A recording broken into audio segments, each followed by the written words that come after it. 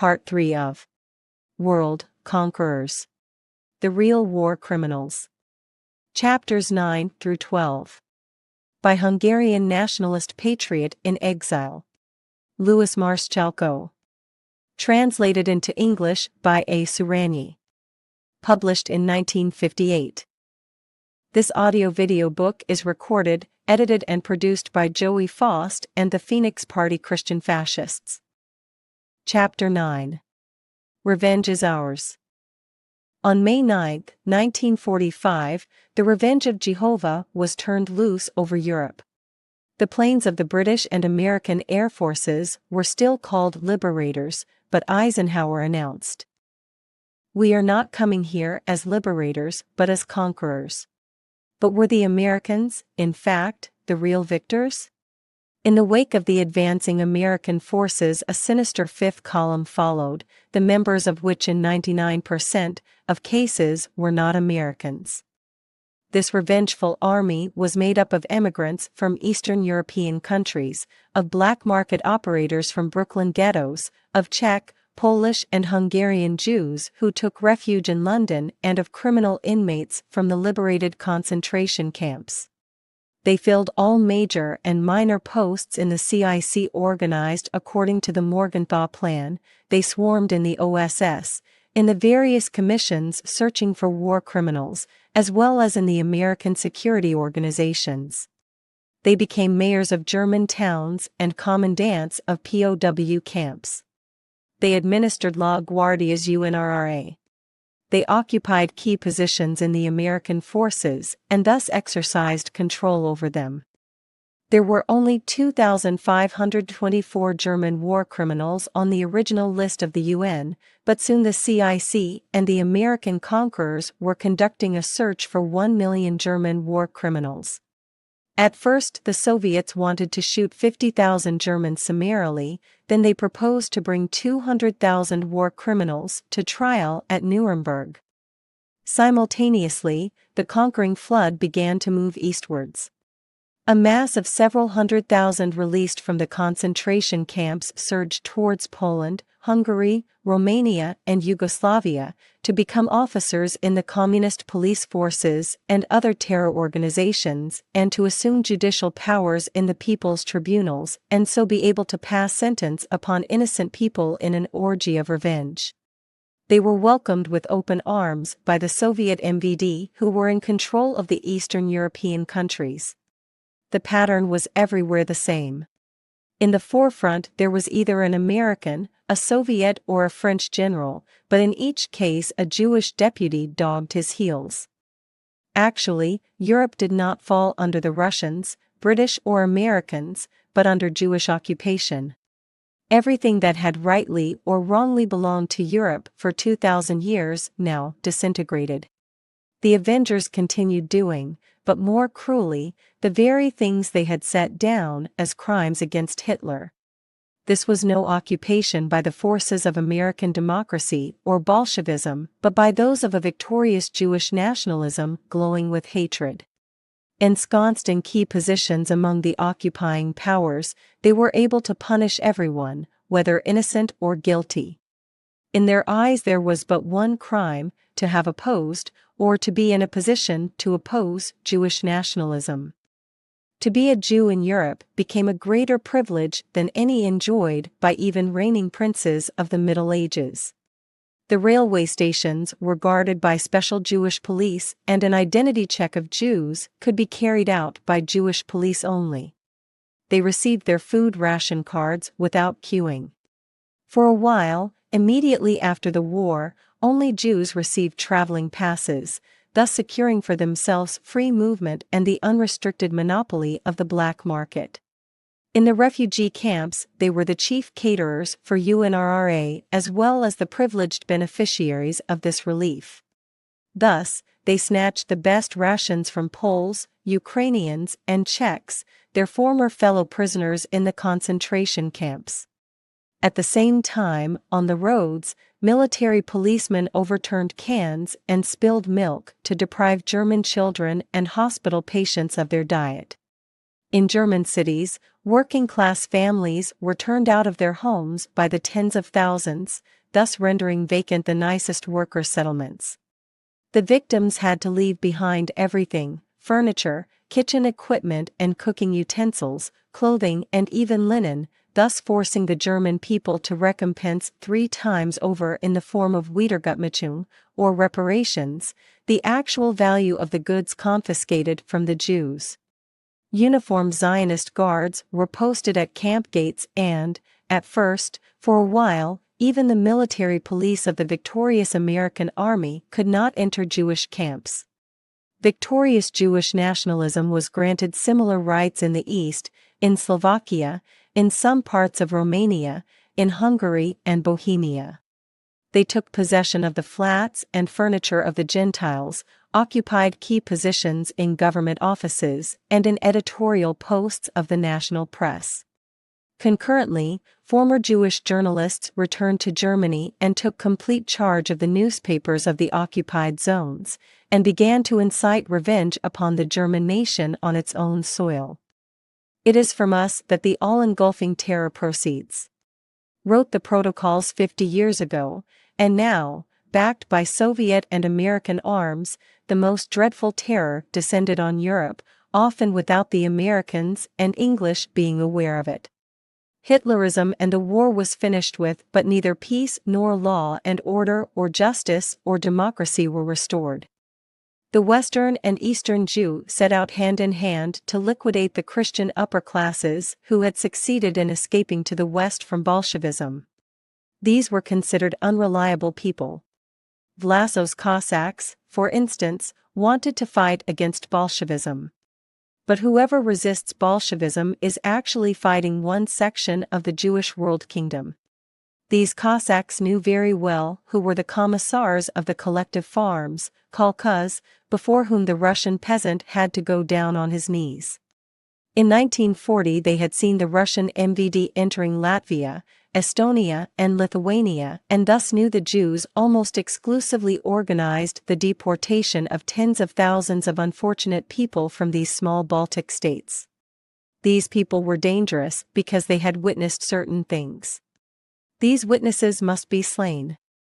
How can one account for the fate of Vlasov's Cossacks otherwise than by Jewish nationalism operating behind the visible power? How else could such inhumanity be accounted for when British democracy allowed armed military police to deploy against thousands of unarmed Cossacks? "I was calling on Vlasov," writes Laszlo Gall, a Hungarian journalist, when a lieutenant wearing a German uniform and whose forehead was bathed in blood, burst into the small country cottage and reported direct to the general standing amongst his 3 staff officers. "Sir, everything is lost. We are to be handed over to the Bolsheviks." You who are reading this book did not see the POW camp with its 14 feet high wire fencing and its wooden barracks. You never heard that cry of despair when the white-belted and white-helmeted military police came to hand the Cossacks over. Tear gas bombs had to be thrown into every room. The Cossacks hurriedly knotted their shirts into ropes to hang themselves before the military police could force its way in. They barricaded the doors, then broke in the windows and fought for every piece of broken glass in order to cut open their veins. Old friends tried to cut each other's throats. Those unable to die this way tore off their shirts, offering their bared breast, shouting, "Shoot here, for I am not going back to Soviet Russia." Pittsburghi Magyarság, July 2, 1954.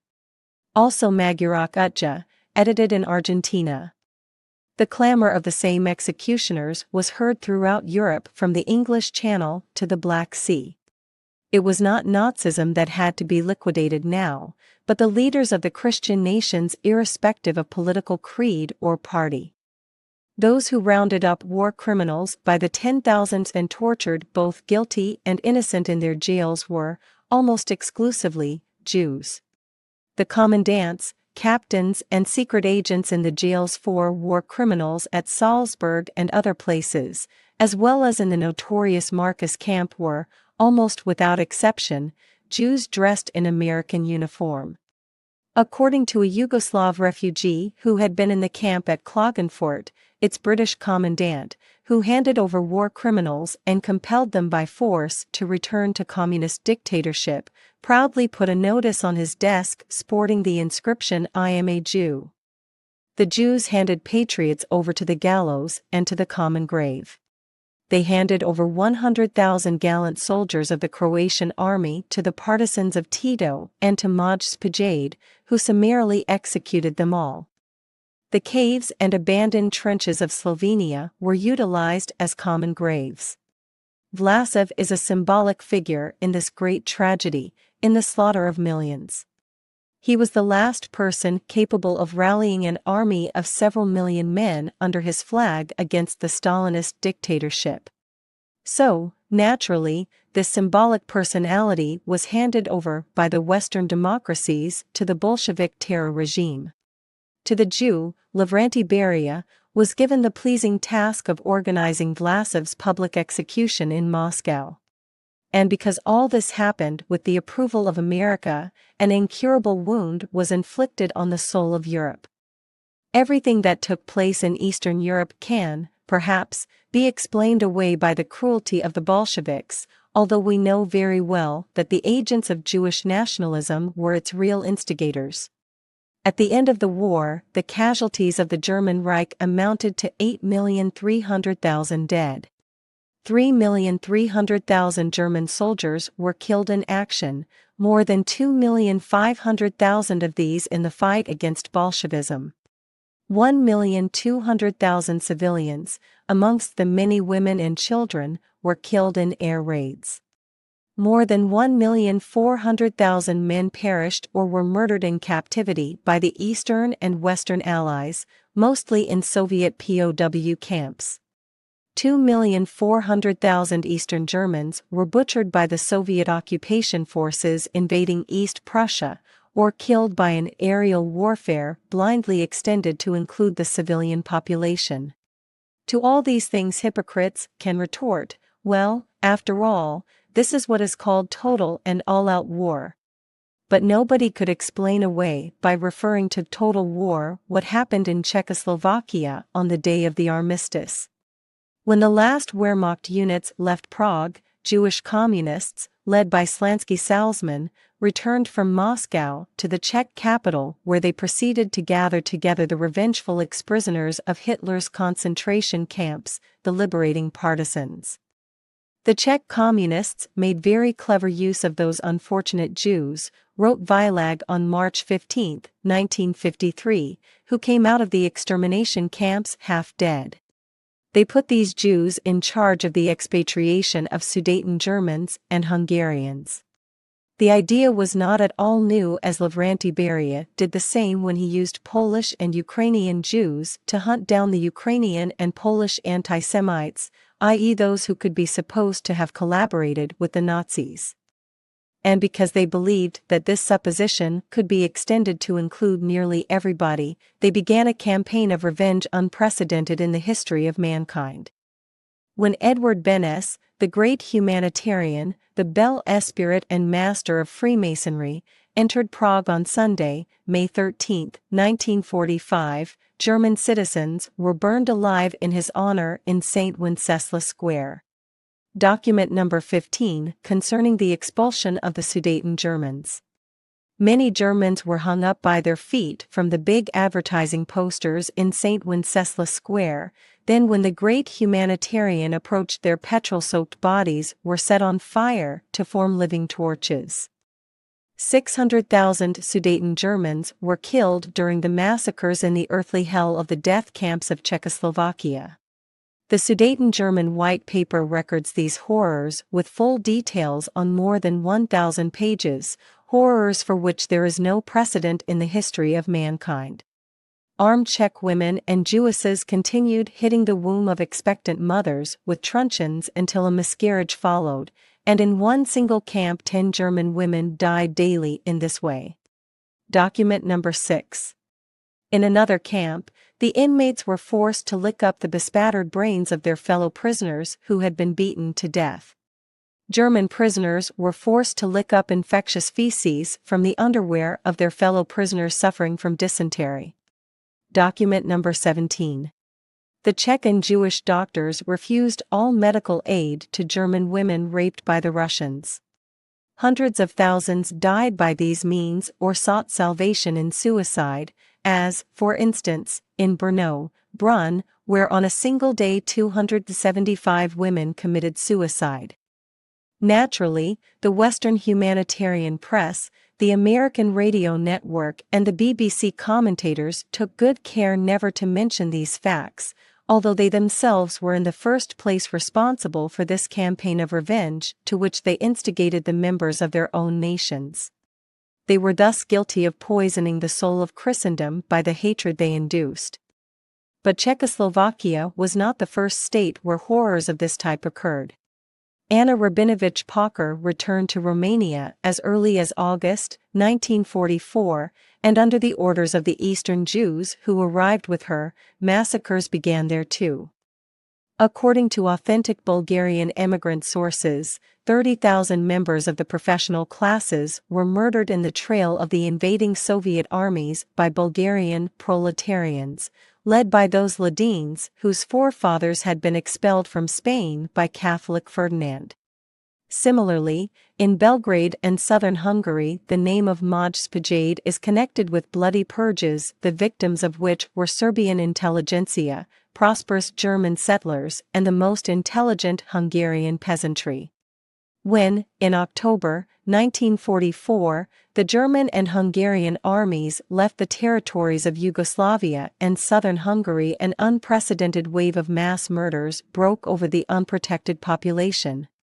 30,000 Hungarians, mostly peasants and smallholders, died in this bloodshed under the savage terror regime of Maj-Spajade's partisans.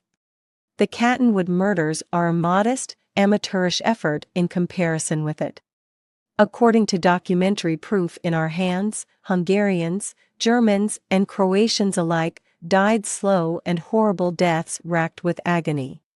Besides the 30,000 Hungarians, nearly 200,000 Germans died in the death camps of the liberators, where powdered glass was mixed with the children's food and where with the finesse of Chinese executioners those to perish in the biological class warfare were dispatched, in order that their places as civic leaders and police officers could be taken by the revengeful representatives of Jehovah.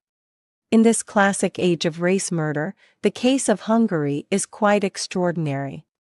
This unfortunate nation, even in its dismembered state after the 1920 Paris treaties, had provided 560,000 Jews with peaceful and safe homes.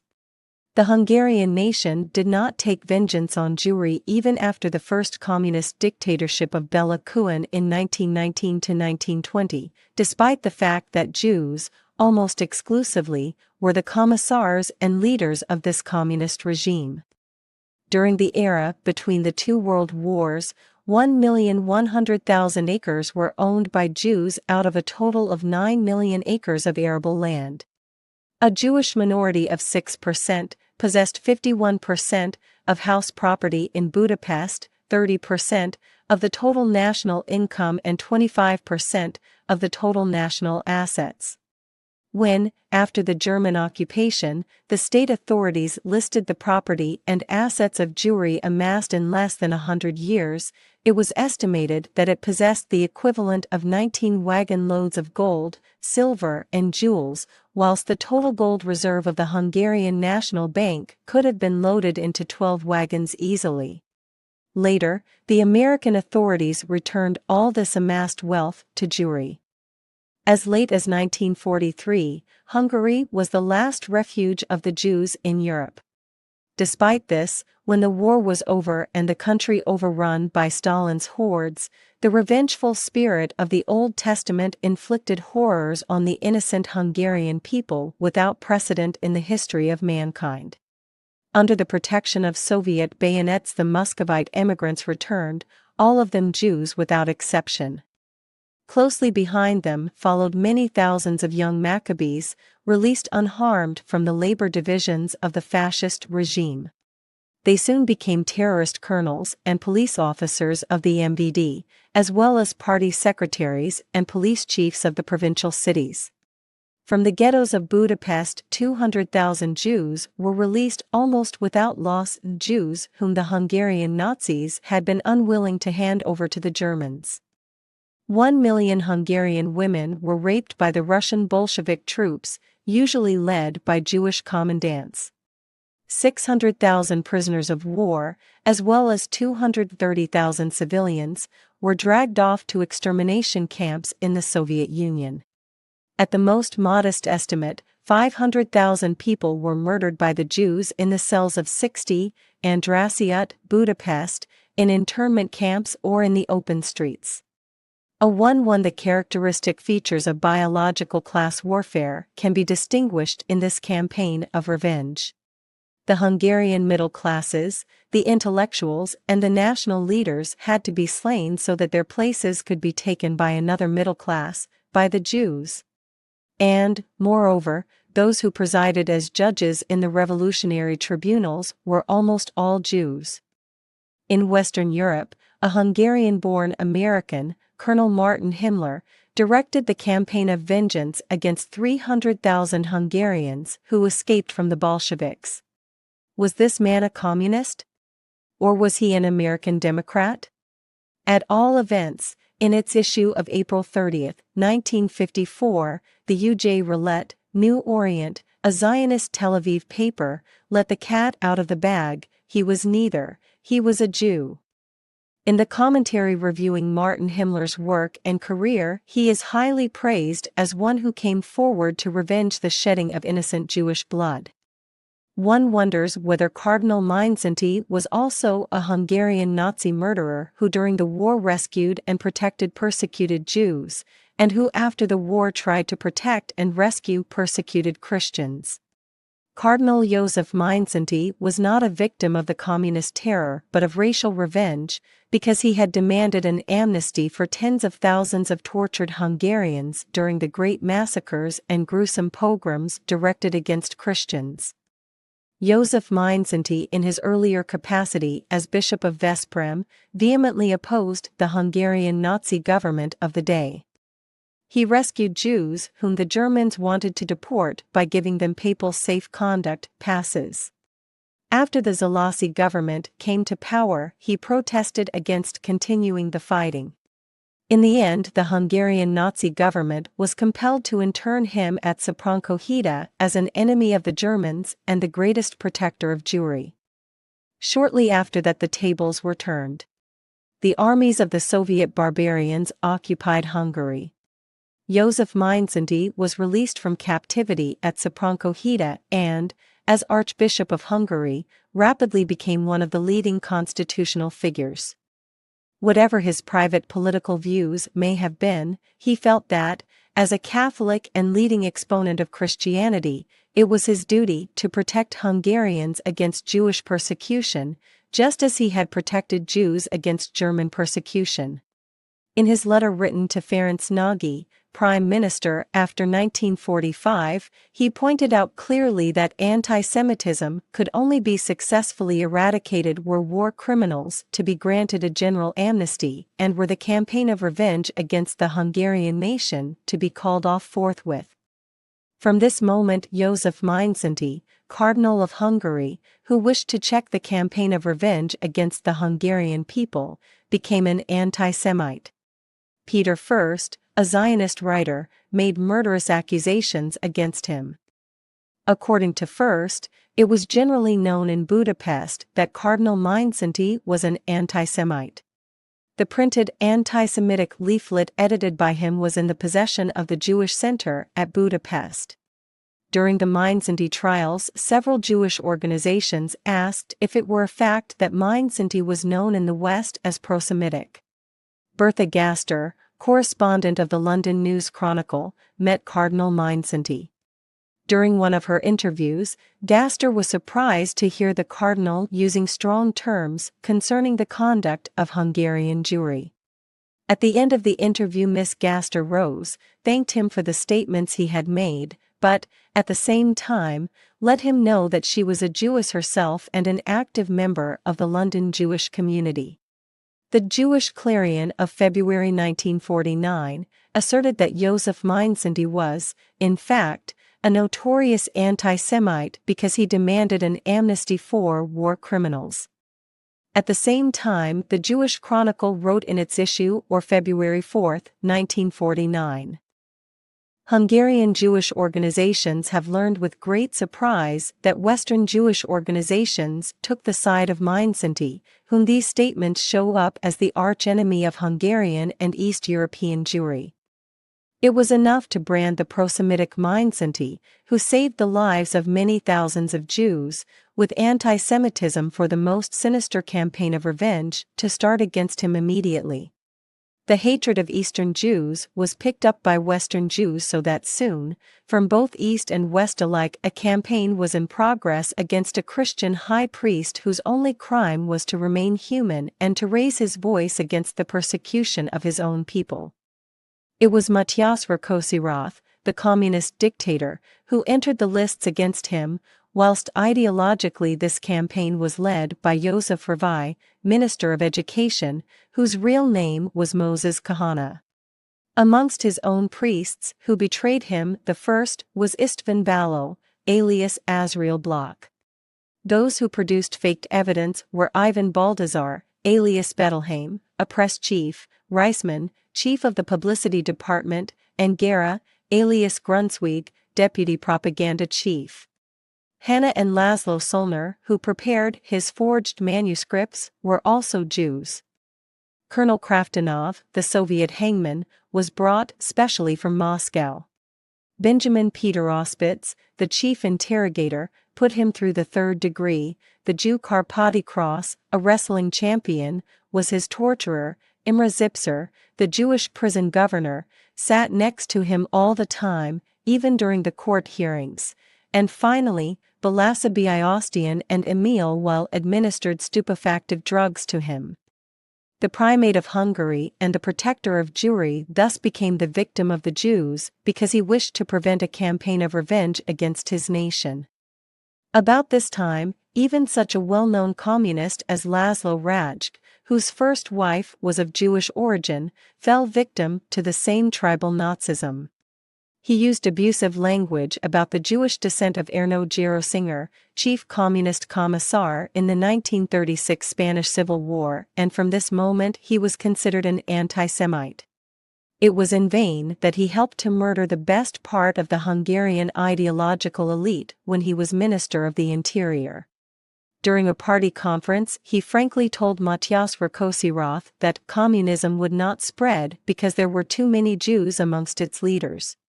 From that moment, his doom was sealed. He ended his ignominious life on Rákosi's gallows. The great Hungarian patriot Laszlo Indra, who finished his life on the gallows of tribal Nazism, wrote the exact truth in his farewell letter of March 21, 1946, the day of his martyrdom. The contents of the protocols of the Elders of Zion are true. The means are in their hands by now to accomplish world hegemony, and they will destroy everything that might impede them in building this new world state. Therefore, all that is now happening concerns in no way the administration of justice, but only prevention and revenge. This entails the destruction of not only those who have done something, but also of those who might do or could have done something. All these cases so far reported concerned defeated states. But let us see whether the position was any better in the states which won the war after sacrificing the lives and blood of their sons and risking their very existence. Neither Germany nor her allies were the first victims of the revenge of Jehovah, but rather victorious France, where, after the departure of the German troops, the fateful purge started. The bloodbath of the Commune of Paris in 1871 was nothing in comparison to what took place in victorious France during the summer of 1944. 20,000 French lives were lost during the terror regime of the Great French Revolution. 18,000 French people died on the barricades of the Commune of Paris. But now 150,000 French citizens perished in more horrible circumstances than ever before. During the Great French Revolution, there was at least some pretense of trial by courts or tribunals. But in 1944, French people were shot dead like rabbits. The victims of the Great French Revolution, the Dantons and the others, were at least able to mount the stairs to the guillotine with straight features and an unimpaired body. But in 1944, 50% of these French victims were half dead from torture before being killed. Their bodies were lacerated, their nails plucked out with pincers, and their flesh burned by red-hot irons or cigarette butts. Behind General de Gaulle, a Polish Jew called Thomas, one of the leaders of the Spanish Red Brigade, was the chief perpetrator of these monstrosities. He organized common criminals from the jails together with ex-prisoners from the concentration camps into stormtroops to wreak vengeance. The whole massacre was brought about by the propaganda of Jews on the BBC, wrote the German paper Der Weg, who let loose the bloodthirsty devils of revenge. Nazi collaborators were not primarily the victims of these massacres, but peasants with large farms and the French intellectual elite. In Belgium and the Netherlands, the same retribution continued, though with more regard to preserve some kind of semblance of legal formality. The charge of collaboration was brought against 480,519 people, and out of these 1,208 were sentenced to death. All those who volunteered for work in Germany were convicted. The basic motives of this campaign of revenge were not only induced by the terrible sight of the ruins, but also by the guilty conscience of Jewry. The real war criminals had a foreboding that one day they might be called upon to render an account for what they had done in planning the war as well as for its barbarism. They had to produce an even greater criminal. To justify their revenge, they had to find something apparently even more horrible than the 300,000 dead bodies of Dresden or the Cattenwood murders or the massacres of Bromberg, which could be used as an eyewash to mislead public opinion. The massacres of 1945, on the other hand, could not be justified by anything else than by the magnification several hundred times over of cruelties committed by the Germans. Not only revenge as such had to be justified, but the post-war attitude of Jewry itself, which shocked a good many members of the Jewish community. Susmanovics, a Soviet Jew, commandant of Budapest in 1945, summoned the author, Gisela Molinari, to his office and said to her, "Why bother me with your complaints that you are ignored and let down by your former Jewish friends? Look down on the street from my window here. The war is still raging, the Red Armies have not yet reached the outskirts of Vienna. In the German concentration camps, belated efforts are being made to exterminate the Jews, yet, look out of this window and see what is going on down there in the street. The Jews here have little thought for their brothers pleading for their lives in distant countries. Have any of them any intention of fighting to save them?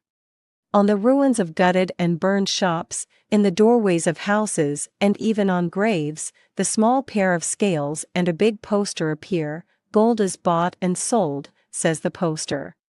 Here, the soldier throws away his rifle and the writer his pen, for everyone is sitting on graves buying and selling gold. Why do you look at me like that? Because I am aware of these things? Of course I am. I am a Jew myself, and I am filled with bitter rage and contrition. From In the Shadow of the Mindszenty Trials by Alida Kovac, page 131. A special technique of psychological terror had to be employed, therefore, to cover up all these things. Quite a number of Jewish witnesses gave evidence at Nuremberg that though they lived in the vicinity of crematoria, they were not aware of their existence. Nevertheless, radio commentators and judges taunted the German people with, "You all knew of these. You are all murderers." If anyone, even a bishop or a cardinal, tried to raise a word of protest and state the truth, he was silenced with the threat of Nazi. Perhaps he was also threatened with being handed over to the Russians. Thus, not only the German people but the whole of cultured Europe was intimidated.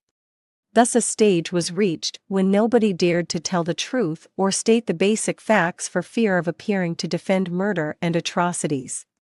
The foul propaganda campaign brought about a state of affairs in which the lie appeared as the truth, revenge as administration of justice, and a truthful utterance as a condonation of war crimes. This propaganda tried to convince the ill-informed Gentile masses that the Jews were the only victims of this war and that no other nations suffered any losses whatever. It remained silent about the common graves dug for 10 millions of Gentile victims, and not a word was said about the massacred Hungarians, Romanians, Bulgarians, and Frenchmen. At the same time, the story of Jewry's sufferings was exaggerated beyond all measure. In so doing, the privileges enjoyed by Jews in UNRRA and IRO, as occupation authorities, in receiving the lion's share of the food rations and in holding the black market monopoly, were also justified. Thus they attempted to justify the outrage of handing over the elite of Central Europe to the Soviets, or those of them they had not murdered themselves. A new age had now dawned in which Jewry could escape the consequences of any deed, however dastardly, and the whole of Christian Europe became a happy hunting ground for Jewry's revenge. It was enough to speak Hungarian in the streets of Munich to be immediately picked up and handed over to the communist hangman by the military police, whom the Jewish executioners called in promptly. Thus an atmosphere was created in which the Allied military authorities not only became unable to check Jewry's revengeful excesses, but also in which their own existence was jeopardized if they showed any reluctance to offer themselves as instruments of Jewry's aims. What, in fact, happened in Europe between 1945 and 1950 was nothing else but an uncanny materialization of the prophecies of the forged protocols. In this way, the victorious Western Allies lost their independence. And in the shadow of the national flags associated with Magna Carta, the Declaration of Independence, and the Code Napoleon, the Nuremberg trials began. Chapter 10. New Purim and Nuremberg. Who knows about those ancient teachings on which the Jewish doctrine of revenge is based? Who knows the real meaning of the Feast of Purim? Who has seen this feast? Who has seen the Jews getting drunk in their synagogues? For, although they are at other times often teetotalers, on this day their religious duty is to get inebriated. Who, among all the Bible-reading Gentiles, knows that Purim is celebrated by Jewry to this very day as a feast of rejoicing to commemorate one of the greatest mass murders in the history of the world? Nearly 2.500 years have passed since the first Purim, but the descendants of Mordecai and Esther still bake their cakes decorated with the Lion of Judah. The male members of the Jewish community still become drunk on the 14th day of the month Adar, remaining in an ecstasy promoted by a sense of revenge. And when in the synagogues the book of Queen Esther is read, Haman sticks are taken out of caftan pockets, for Orthodox Jews must symbolically strike them on the synagogue bench whenever the name of King Ahasuerus, chief minister, is read out in the text. In the synagogues of the East also, drunken Jews who have consumed unlimited quantities of wines and spirits are seen reeling about on this day. In Belz and Sadagora, Palestinian dancing girls perform their lustful Eastern dances. This feast is to be enjoyed, it is to celebrate a mass murder and a great revenge. Let us see what the Jews are taught in the book of Esther. What happened at the first Purim? The book tells us that Ahasuerus, the Persian king, fell out with his wife, who was also a lady of Persian descent, and decided to find himself another. The new queen whom he chose happened to belong to the Jewish community which had been carried into captivity by Nebuchadnezzar. But Esther did not disclose either her origin or her nationality to the king and the royal household. Mordecai, her uncle, forbade this. Thus Mordecai laid the foundation stone of a new political school. he marked out for future generations the policy of having Jewish women selected for the royal chamber and thus influencing kings, emperors, presidents, and other statesmen, in order to achieve at a high level the aspirations of Jewish nationalism. Though these Jewish women repudiated the Mosaic commandment, nevertheless they furthered the cause of their nation. At this time Haman, son of Hammedatha the Agagite, was advanced by King Ahasuerus to the highest office, to the post of prime minister of the empire. Footnote: one of several Mede and Persian kings mentioned in the Old Testament, specifically in the Book of Esther, generally identified with Xerxes. Xerxes, circa 519 to 465 BC, king of Persia, was the son of the first Darius. The reason is not recorded in the Bible, but Haman was the enemy of the Jews and accused them before the king as follows. There is a certain people scattered abroad and dispersed among the people in all the provinces of thy kingdom, and their laws are diverse from all people, neither keep they the king's laws. Esther 3:8. According to the Book of Esther, the king ordered in his edict that on the 13th day of the month Adar the Jews must be killed. But old Mordecai learned of the king's plan and sent a message to his niece to go to the king and make supplication unto him, and make request before him for her people. Thereupon the queen invited the king and Haman to a banquet. And the king said again unto Esther on the second day at the banquet of wine, What is thy petition, Queen Esther? And it shall be granted thee, and what is thy request? And it shall be performed, even to the half of the kingdom. Esther 7:2. It is clear from the Book of Esther that by the time the queen began to accuse Haman, the hater, the king was under the influence of wine. Ahasuerus in a rage left the banquet and went out into the palace gardens to cool himself. Meanwhile Haman began to beg the queen for his life. The application of the Nuremberg methods can here be clearly recognized: lies and slander. When Ahasuerus returned, the queen accused Haman of attempting to rape her while the king was out.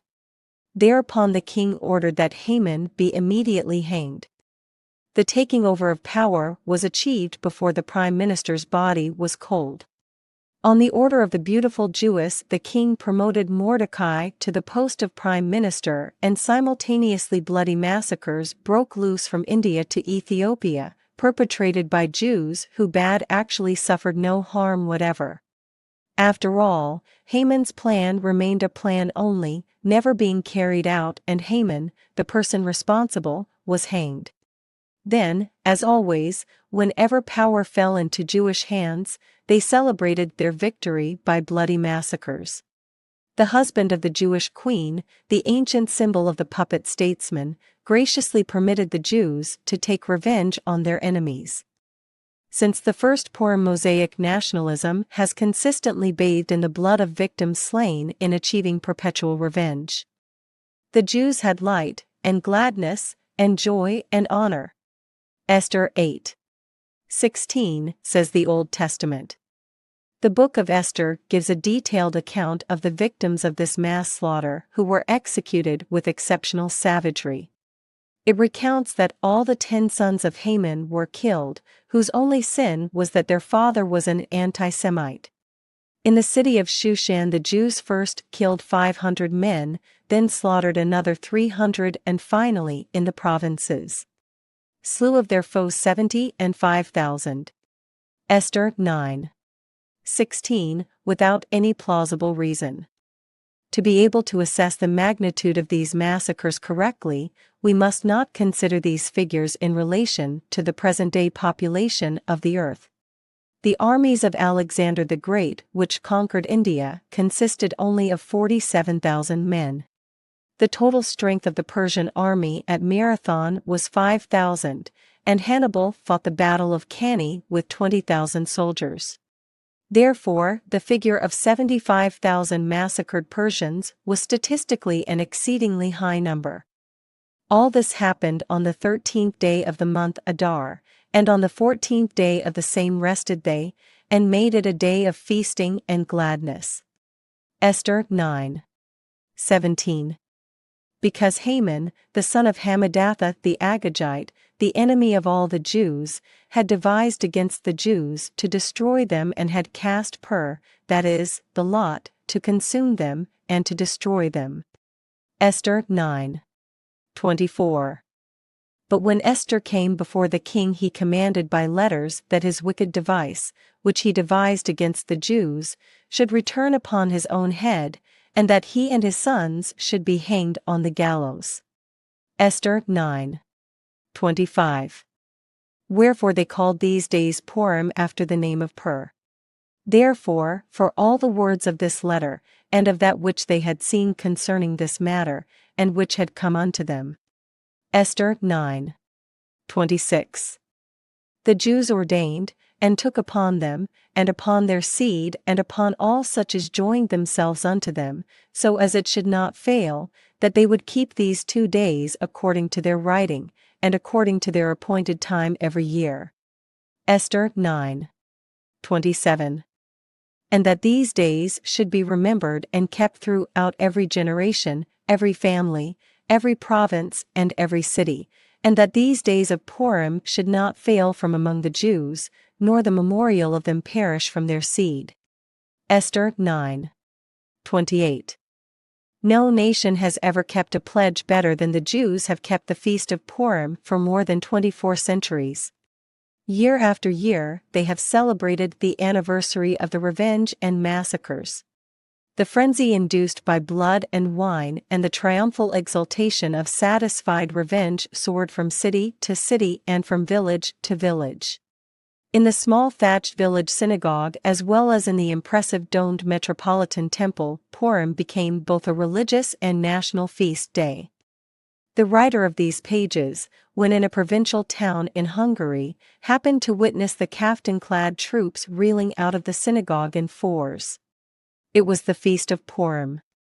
Passers-by commented casually, "Hello, the Jews are having their holidays." The same eternal hatred burns behind the teachings of Marx and of the Illuminati. It has turned Marxist socialism into a creed of hatred. The apostles of this hatred have stood in the background of revolutions and communist uprisings. They came to power with Bolshevism. Perhaps one day the history of the modern Hamans will be published, the story of those politicians, clergymen, statesmen, writers, and journalists who were bold enough to see in the hatred demonstrated during Purim a threat to the Christian world, and an account written of how they were persecuted, how their families were ruined, and how their children were plunged into destitution, and lastly, how the haters were hanged. Jewry's greatest holiday is Purim, the feast of hatred. The greatest holiday of Christianity is the birth of Christ, the birth of love. At Nuremberg, Purim was dressed in the robes of legality. Revenge was wrapped up in legal paragraphs. A brand new legal title was created for the purpose of carrying out mass slaughters, whilst the real aim behind it was far more ambitious and sinister. Christian and Roman law and, generally speaking, law itself was to be nullified. The aim was to humiliate the vanquished nations, to intimidate the minds of the people, and through the new law to secure the political possibility of attaining total and complete world rule. Was the farcical procedure to furnish war criminals at Nuremberg an example of democracy in action? Was there really an unbiased court under the United States of America, Great Britain, France, and Soviet Russia, or was the procedure nothing but the sword of Jehovah smiting a defeated people? Were the new laws, i.e. the basis for the verdicts, Christian in character? Did justice or revenge prevail? The Nuremberg verdicts were pronounced to punish crimes committed against humanity. But on the bench sat the mass murderers of Katyn together with those responsible for the bombing of Dresden. The war propaganda of the Allies always protested with extreme vigor against the principle of collective guilt. Nevertheless, this principle of collective guilt was sanctioned by the Nuremberg tribunals when the ignominious theory of guilty organizations was invented.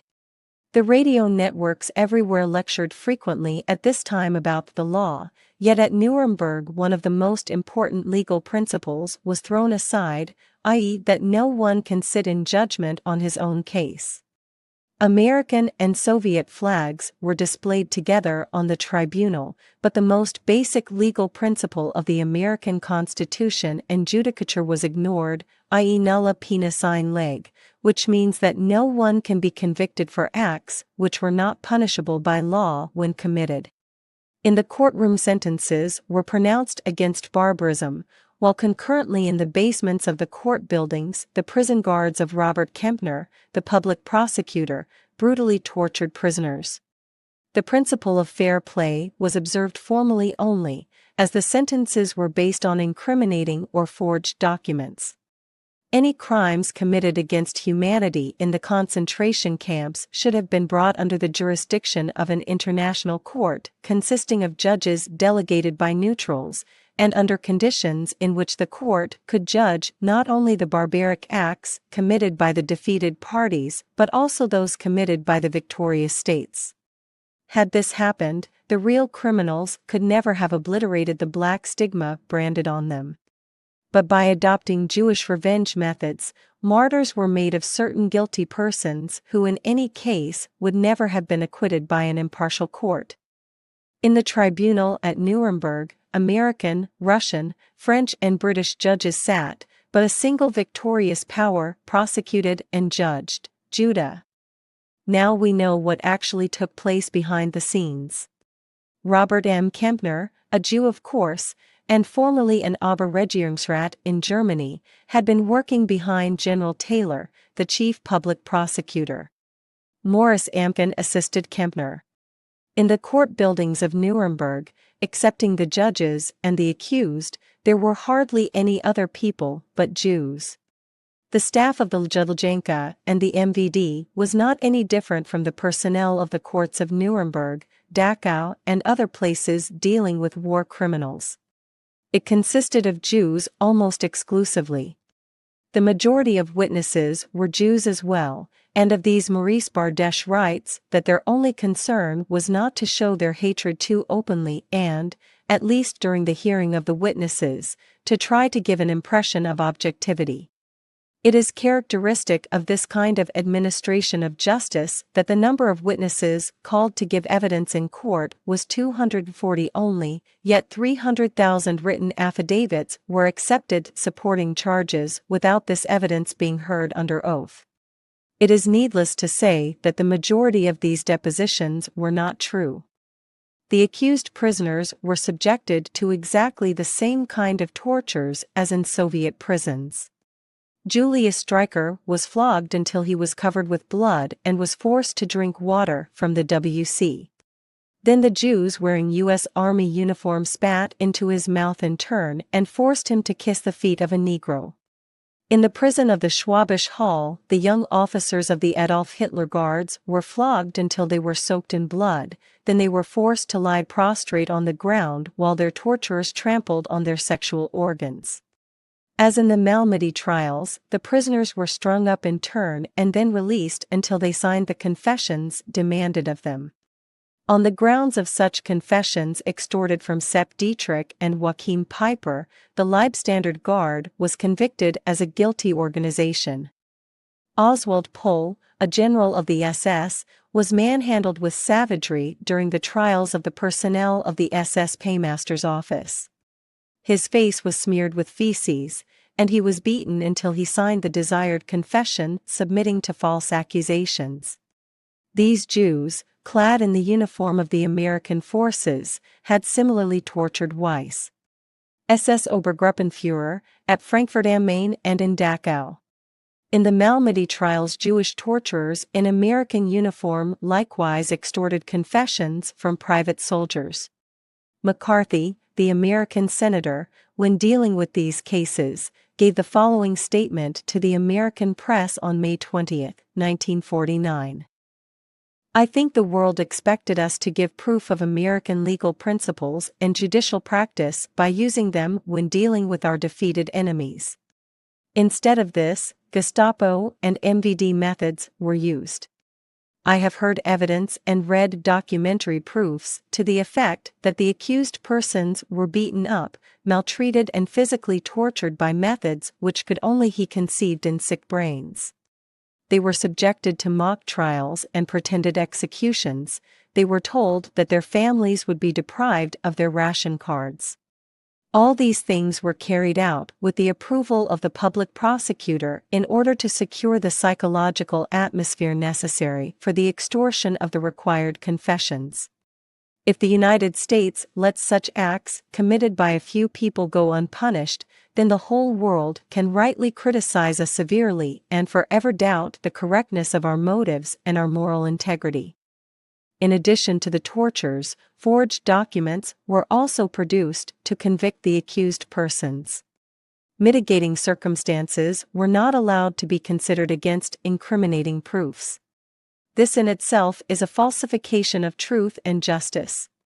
A periodical called Madrid reported the hearings of the Nuremberg trials, that some American business Jews had converted some of the concentration camps into museums and in return for cash were conducting tours to these camps to show American tourists, journalists, and other invited people the horror spots.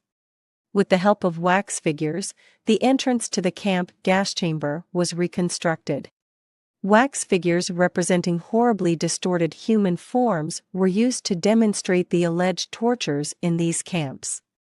If a camp had no gas chamber, and in most of the camps there were none, then they built an improvised one with expert studio methods, as we will see later. Not only did the propaganda of the World Jewish Congress and of similar other Jewish organizations utilize film trick photography, but the public prosecutor's office, headed by Robert M. Kempner, former German Jewish immigrant, operated with proofs of a similar value. In a film about Funk, Minister of Economy, great piles of gold teeth, spectacle frames and pince-nez were to be seen, which were supposed to prove that they came from Jews exterminated in these camps. It is generally known today that American Jews brought these films with them when they arrived at Frankfurt, a few days after the city was occupied, in the wake of the American troops. The notorious film called Todsmol, The Mill of Death, which was shown in the courtroom during the Nuremberg trials with the purpose of turning public opinion against the accused prisoners, is also a forgery. The Jews stuck to their old tactics of remaining in the background, with the Gentiles in the forefront. Though the judges were presumably Christians, they entirely lacked the spirit of Christ. The most incriminating evidence, forged films, documents, affidavits, and extracted confessions, was produced by the Jewish prosecutors, CIC agents, false witnesses, and others working in the background. The judges were afraid of the public prosecutors. General Taylor, the acting head of the public prosecutor's office, together with Robert M. Kempner, organized and ran a sort of intelligence service for spying out and controlling opinions expressed by judges, which had leaked out from their private discussions. 60% of the staff of the public prosecutor's office consisted of persons who had to leave Germany when the Hitlerian racial laws came into force. Earl Carroll, an American lawyer, stated that, according to his observations, not 10% of the Americans employed at the Nuremberg courts were actually American by birth. It was an American judge, Justice Wennerstern, who exposed the real background of the Nuremberg revenge campaign. He was president of one of the tribunals which tried the cases of certain German generals who had held commands in the southeast and were charged with war crimes. Wennerstern gave up his appointment at the Nuremberg court and took the risk of returning to America. Half an hour before his departure, he gave a statement to the reporter of the Chicago Tribune, a paper in Gentile hands, under the strict condition that it should not be published before his plane grounded in America. His statement contained the following points. 1. The high ideals prescribed for the military court of Nuremberg had never materialized in the practice of the Nuremberg courts. 2. The fact that the victors alone were trying the losers did not promote true justice. 3. the members of the Department of the Public Prosecutor, instead of trying to formulate and reach a new guiding legal principle, were moved only by personal ambition and revenge. 4. The prosecution did its utmost in every way possible to prevent the defense preparing its case and to make it impossible for it to furnish evidence. 5. The prosecution, led by General Taylor, did everything in its power to prevent the unanimous decision of the military court being carried out, i.e., to ask Washington to furnish and make available to the court further documentary evidence in the possession of the American government. 6. 90% of the Nuremberg court consisted of biased persons who, either on political or racial grounds, furthered the prosecution's case. 7. The prosecution obviously knew how to fill all the administrative posts of the military court with Americans whose naturalization certificates were very new indeed, and who, whether in the administrative service or by their translations, etc., created an atmosphere hostile to the accused persons. 8. The real aim of the Nuremberg trials was to show the Germans the crimes of their Führer, and this aim was at the same time the pretext on which the trials were ordered. But the only fact the Germans were shown was that they had fallen into the hands of rather brutal and hardened conquerors.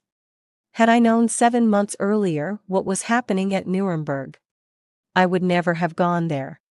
Das letzte Wort über Nürnberg, the last word about Nuremberg, Der Wegs edition, page 57. When someone posed the question, why did Justice Wennerstrom not have his statement published until after his personal arrival in America, an English press observer remarked shrewdly. Justice Wennerstrom was well aware of the fact that air crashes are not uncommon in American civil aviation. Thus it can be seen that even American lives are not safe from the revenge of Jehovah. It is enough for us to conclude that Nuremberg was not the work of either American or British mentality, but that of typical Jewish tribal Nazism.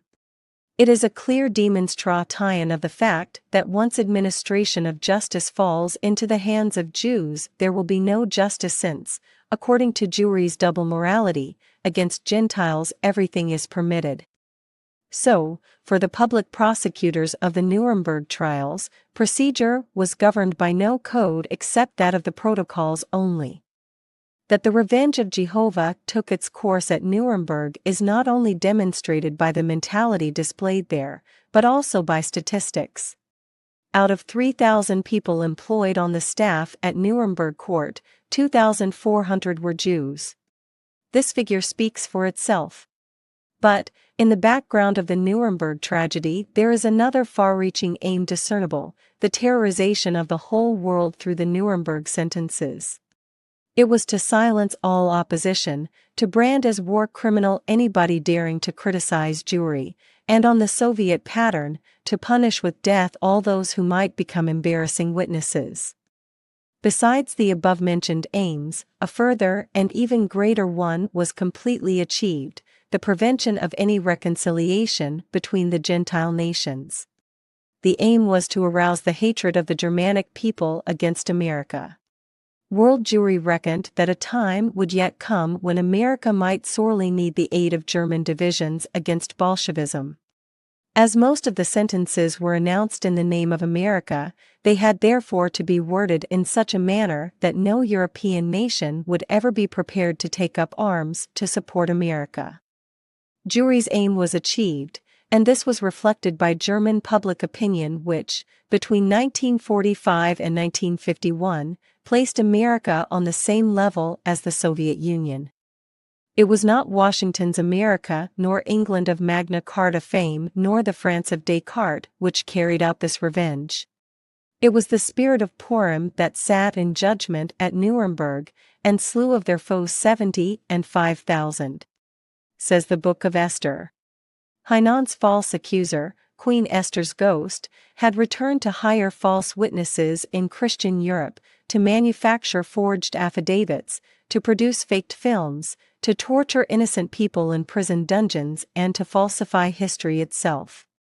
The glorification of treason and the rewarding of traitors was one of the horrible consequences which will afflict the world today. Nuremberg acquitted everybody who had betrayed his country and convicted all those who had kept their oath of allegiance. Thus the gulf between patriotism and treachery disappeared. Which country is to be betrayed? Hitler's, of course, but probably Washington's country as well. The verdicts acquitting people such as Julius Rosenberg and the Atom spies all had their precedents at Nuremberg. When, in spite of everything, traitors were occasionally Jewish, anti-American demonstrations showed that, from Jewry's point of view, treason committed against other nations was wholly justified. The British military code demanded unconditional loyalty from the British soldier, while at the same time German soldiers were sentenced to death for obeying orders. The traitors were rewarded. By doing these things, all those traditions of loyalty that upheld states were demolished. The Nuremberg court became not only the symbol of revenge but an emblem of moral depravity as well. The Nuremberg court building itself was the center of black market activities in a starving Europe devastated by war. Mark Laudern draws a shocking picture of this sink of iniquity engulfing the court of Nuremberg. They have all arrived, the Solomons, the Schlossbergers and the Rabinoviches who, as members of the public prosecutor's staff, in the intervals between two death sentences or between two executions, deal busily in American cigarettes, valuable chinaware, silver, gold, furs and works of art. Mr. Salamonson specialized in watches, Mr. Sterling smuggled paintings, Mr. Cohen ordered coffee by the wagon load or American cigarettes. But it was not the black market only, writes Mark Laudern, that converted the surroundings of the Nuremberg court into the very sink of Europe. Even more horrible was the moral degradation originating here. The orgies of the foreign employees carried on in private flats and hotels often caused indignation in the whole district. The number of young women employed at the court grew steadily. Amongst them were Germans and Allies alike, drawn into the whirl of depravity and corruption. Sexual incontinence and the most revolting perversion prevailed in these circles, and unlimited scandals supported by ample evidence provided certain papers and magazines with material for years. Das letzte Wort über Nürnberg, page 68. Sentenced to death or life imprisonment stood the new Hamans before Queen Esther's people. They were privileged to hear their haters, the black marketeers, the perverts and torturers, singing in chorus an improvised Nuremberg march twisted from Lehar's Merry Widow. De Gay Itchen PX. Dort bin ich bis halb sechs. At midnight on October 16, 1946, 11 European war criminals set out for the gallows at Nuremberg. And then a miracle happened. At the very portal of death, the vanquished scored a victory over their conquerors. It did not seem to be a scaffold they mounted but the pedestal of a morality which might save Europe yet. Joachim von Ribbentrop died first in silence. General Wilhelm Keitel stepped after him under the gallows, his uniform smart, his boots shining. Before dying, he said, 2 million German soldiers died for their country. I am going now to follow my boys. It was then the turn of Dr. Ernst Kaltenbrunner. I loved my country and my German people with all my heart. Good luck, Germany. Silently, with set face and an immense contempt, Dr. Alfred Rosenberg confronted the hangman, being followed to the grave by Dr. Hans Frank, Governor-General of the Polish territories. These two men were held responsible for Jews said to have perished in the East. Dr. Wilhelm Frick, Minister of the Reich, was the next victim. Germany forever, he shouted, before the trapdoor opened. Julius Streicher succeeded him on the gallows. He belonged to that small circle possessing the power of vision. He had been captured by a New York Jew named Blitt, who, with the rank of major, specialized in exterminating anti-Semites. Perhaps Stryker had foreseen the gallows awaiting those leaders who dared defend themselves and their nation. Regarding the spectators with contempt, he sarcastically announced the whole truth about Nuremberg. It is the Feast of Purim of 1946. Dr. Fritz Schaukel came next with the words, "I die guiltless. I respect American soldiers and their officers, but not American justice." With head erect, General Alfred Job stepped under the gallows. Arthur Seisencourt followed. "I believe that this execution will be the last act in the tragedy of the Second World War," he said.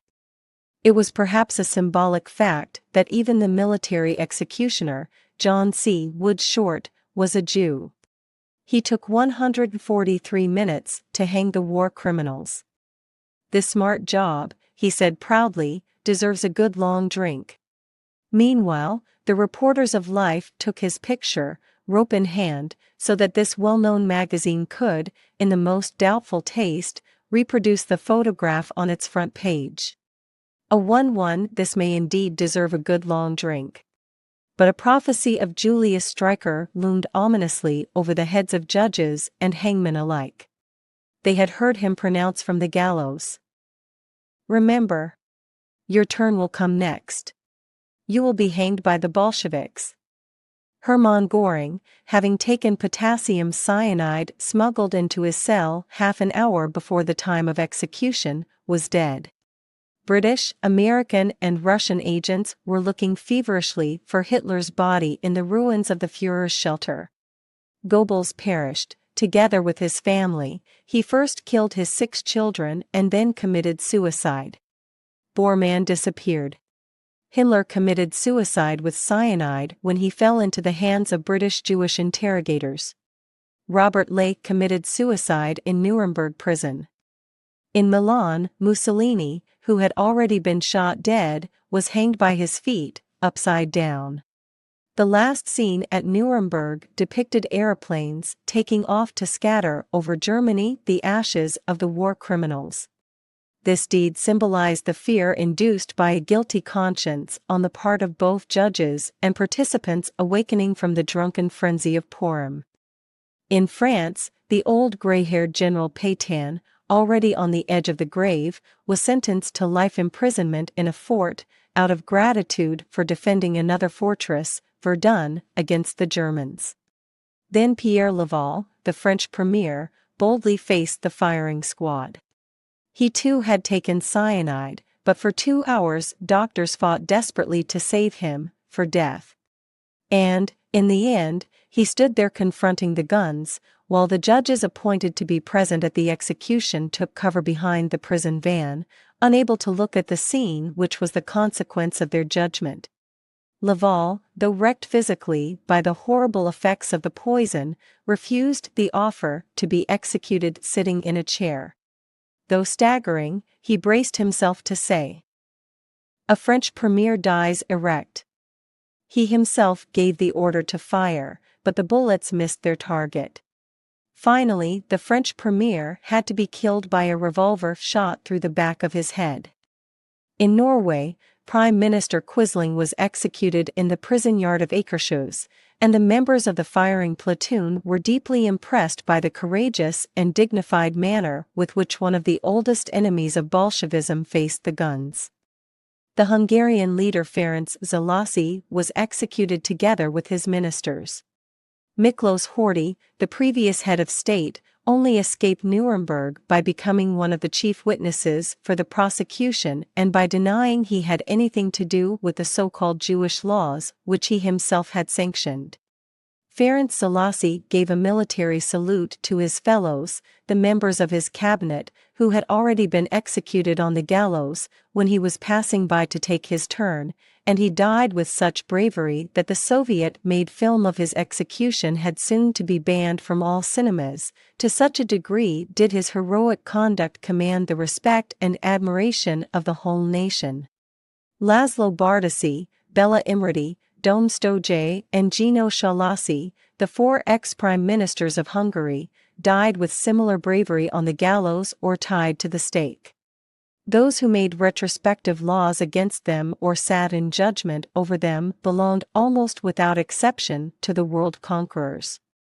It could not even be said against Laszlo Bardasi that he was an anti-Semite. His only crime was that he had declared war on Bolshevism. When he looked down at the dense mob released from the ghettos and saw the revengeful spectators crowding the place of execution, he cried out as his last prayer, "O God, deliver Hungary from these bandits." In Romania, Marshal Antonescu, one of the greatest Romanian heroes, was executed. In Yugoslavia, the leader of the patriotic partisans, Draza Mihajlovic, was handed over to the butchers of Maj-Spajade. Dr. Joseph Tiso, both priest and prime minister of independent Slovakia, also died on the gallows on April 18, 1947. The revenge did not stop at the persons of church leaders. Even the Pope himself could not rescue Christ's priest from the hands of Edouard Benes, the great Freemason who grimly said, "Tiso must hang." In 8 or 9 countries the heads of state, prime ministers and leaders were executed during the new Purim. But they are not war criminals in the eyes of their peoples but symbols of their nation's martyrdom. They were followed by anonymous martyrs, by soldiers loyal to their oaths, by intellectuals, journalists, farmers and church men. Thus, not only the anti-Semitic Nazis and fascists were murdered but also anybody representing quality who might be unpleasant witness against perpetrators of outrages. For example, Ferenc Orsos, the Hungarian university professor and European authority on forensic medicine, was a war criminal because he signed the report on Katyn confirming that it was not the Germans but the Bolsheviks who massacred the officers of the Polish army. Possibly the Americans are already beginning to feel that the time is approaching when Stryker's prophecy may be fulfilled. Remember, your turn will come next. You will be hanged by the Bolsheviks. The greatest service that can be rendered to America would be for somebody to have the courage to explain that all these outrages were not the acts of Americans but of world Jewry, and that Nuremberg represented no new law but the terror of Purim. After all, not only the vanquished and the collaborators were murdered at Nuremberg. One of the first martyrs of Jew finance was America's epic hero, General Patton, commander of the U.S. Army invading Germany, the Knight of the Armored Divisions. A descendant of the American pioneers, he thought of Nazism as a satanic evil. The propagandists, journalists, and statesmen said so, anyway, so far as he was aware. He arrived in Germany hating it. He believed that the Nazis must be punished. Then, a German dairymaid living in the neighborhood of his HQ happened to come his way, and during a casual conversation she told him about the things happening behind the villa of the commandant, i.e. his house. She described how the milk intended for the cities was dumped in the roads by the military police on the order of the Morgenthau boys, how, no longer Nazis but ordinary German soldiers were detained in crowded internment camps just because they did their duty, how the workers had been expelled from their homes out of revenge by the former inmates of the concentration camps, and how Jewish doctors in the hospitals recommended that every 4th newborn baby should be killed with an injection because there was not enough milk. And General Patton set forth like the medieval knight-errant to see with his own eyes whether the German peasant woman's account was true or not. Without displaying his rank, in the uniform of a private, he toured all parts of this earthly hell, the prisons, the internment camps and the prison camps, where he saw for himself that those torturing Germans teaching the theory of collective guilt and meting out collective punishment were not American boys but sons of Jehovah. From that moment the officers of the U.S. Army received strict orders to give sufficient food to the prisoners of war, already half dead with starvation, and the military police was forbidden to dump the baby's milk on the roads anymore. General Patton was not prepared to put the Morgenthau Plan into effect, although he had fought for America, and, alas, also for Judah. But another general was only too willing to serve the Morgenthau Plan. His name was Dwight Eisenhower. It was not possible to convict the Knight of the Armored Divisions at Nuremberg. Patton was therefore convicted and sentenced to death behind the scenes. But the people who sat in judgment upon him were the same as those who had convicted the German leaders at Nuremberg. In spite of having been hushed up, it is well known today that on the order of CIC agents, an American car drove into Patton's. As a result of this accident, General Patton was injured. He was promptly transferred to an ambulance, but on its way to hospital, the ambulance collided with a large American heavy lorry, and this time he was killed. At the same moment, something disappeared from his pocket, which the world conquerors had every reason to fear. "I have a little black book," the general had said earlier, "and when I get back to the USA, I am going to blow hell out of everything." But before closing his eyes for the last time, his eyes surely saw the same enemy as did Keitel, Jody, and Stryker when they stood under the gallows of Nuremberg. Nevertheless, certain people were never brought to trial at Nuremberg. The members of the Frankfurt Research Institute for the Investigation of the Jewish Question, and the representatives and staff of Weltdienst, World Service, were never touched, although they were the first to be captured by Jewish members of the American CIC. They were the first to be brought to Nuremberg and to be threatened by the hangman before he dispatched the ministers of the Reich. Footnote: CIC stands for Counterintelligence Corps. But these people simply retorted to their interrogators, "Very well then. We are ready to stand trial at the court of Nuremberg, but with the help of our hidden documents, we will prove that world Jewry is the real perpetrator of the war crimes. At the same time, we will be compelled to disclose that World Service was not a Nazi organization at all. The members of 23 nations contributed to its columns. Amongst them was an American ex-president, officers of the Swedish General Staff, several of the worthiest members of the English aristocracy, and a cabinet minister of the Union of South Africa. The leaders of these German organizations, although detested by the world conquerors, were never even indicted. They were freed in a hurry, and anyone reading the Nuremberg sentences will see that neither the Frankfurt Research Institute nor World Service are to be found mentioned among guilty organizations. It would have been most unpleasant for the world conquerors had the leaders of these groups submitted their defense in court. Union, an English paper, in its issue of January 19, 1952, writes that it had just received news from Germany which seemed to show rather bad taste on the part of the authorities of the American occupation zone. The first Jewish synagogue had been dedicated in the court palace of Nuremberg, in the very place where Göring and the other National Socialist leaders were sentenced to death. Were any more proof needed to convince German public opinion that their leaders were murdered by the schemes of world Jewry, the synagogue dedication would be sufficient. And so the Nuremberg courtroom will ever remain a symbol of the new Purim, for here, in 1952, a new synagogue was established to the glory of Jehovah and as a token of the fact that Judah and not the Allies sat in judgment at Nuremberg. Chapter 11. What has become of 6 million Jews? In the Second World War, Jewry, which declared itself to be a belligerent party, suffered unknown losses in dead. Other nations mourn their dead, erect monuments to them and keep anniversaries to cherish their memory. The majority of Jewry made good business out of their dead and used their bodies to serve as a step towards world domination. It regarded them as a political investment and a means of achieving power.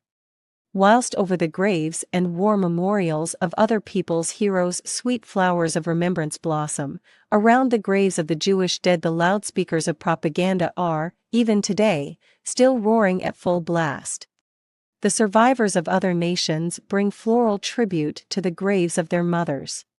But around the graves of Jewish mothers are only to be heard profaning shouts of, "Give me an UNRRA parcel too. My mother also was killed by the Nazis." For the survivors, the graves at Auschwitz and Bergen-Belsen represented no symbol of eternal protest against barbarism. Hollywood made a splendid business out of them, and the Gentiles stood around the Jewish graves in consternation. Jewry did so, also equipped with film cameras, loudspeakers, and every kind of photographic apparatus. On learning of the concentration camps, the spontaneous comment of the shocked Christian world was, "Some shameful outrage has been committed." But the headlines of Jewish nationalism blared, "A world sensation. The survivors have earned the pity of the world, as well as the right to revenge, to quick emigration and, of course, to world domination." All this is without a parallel in the history of the world. Compassion, shock, and indignation were the reactions of the Christian world.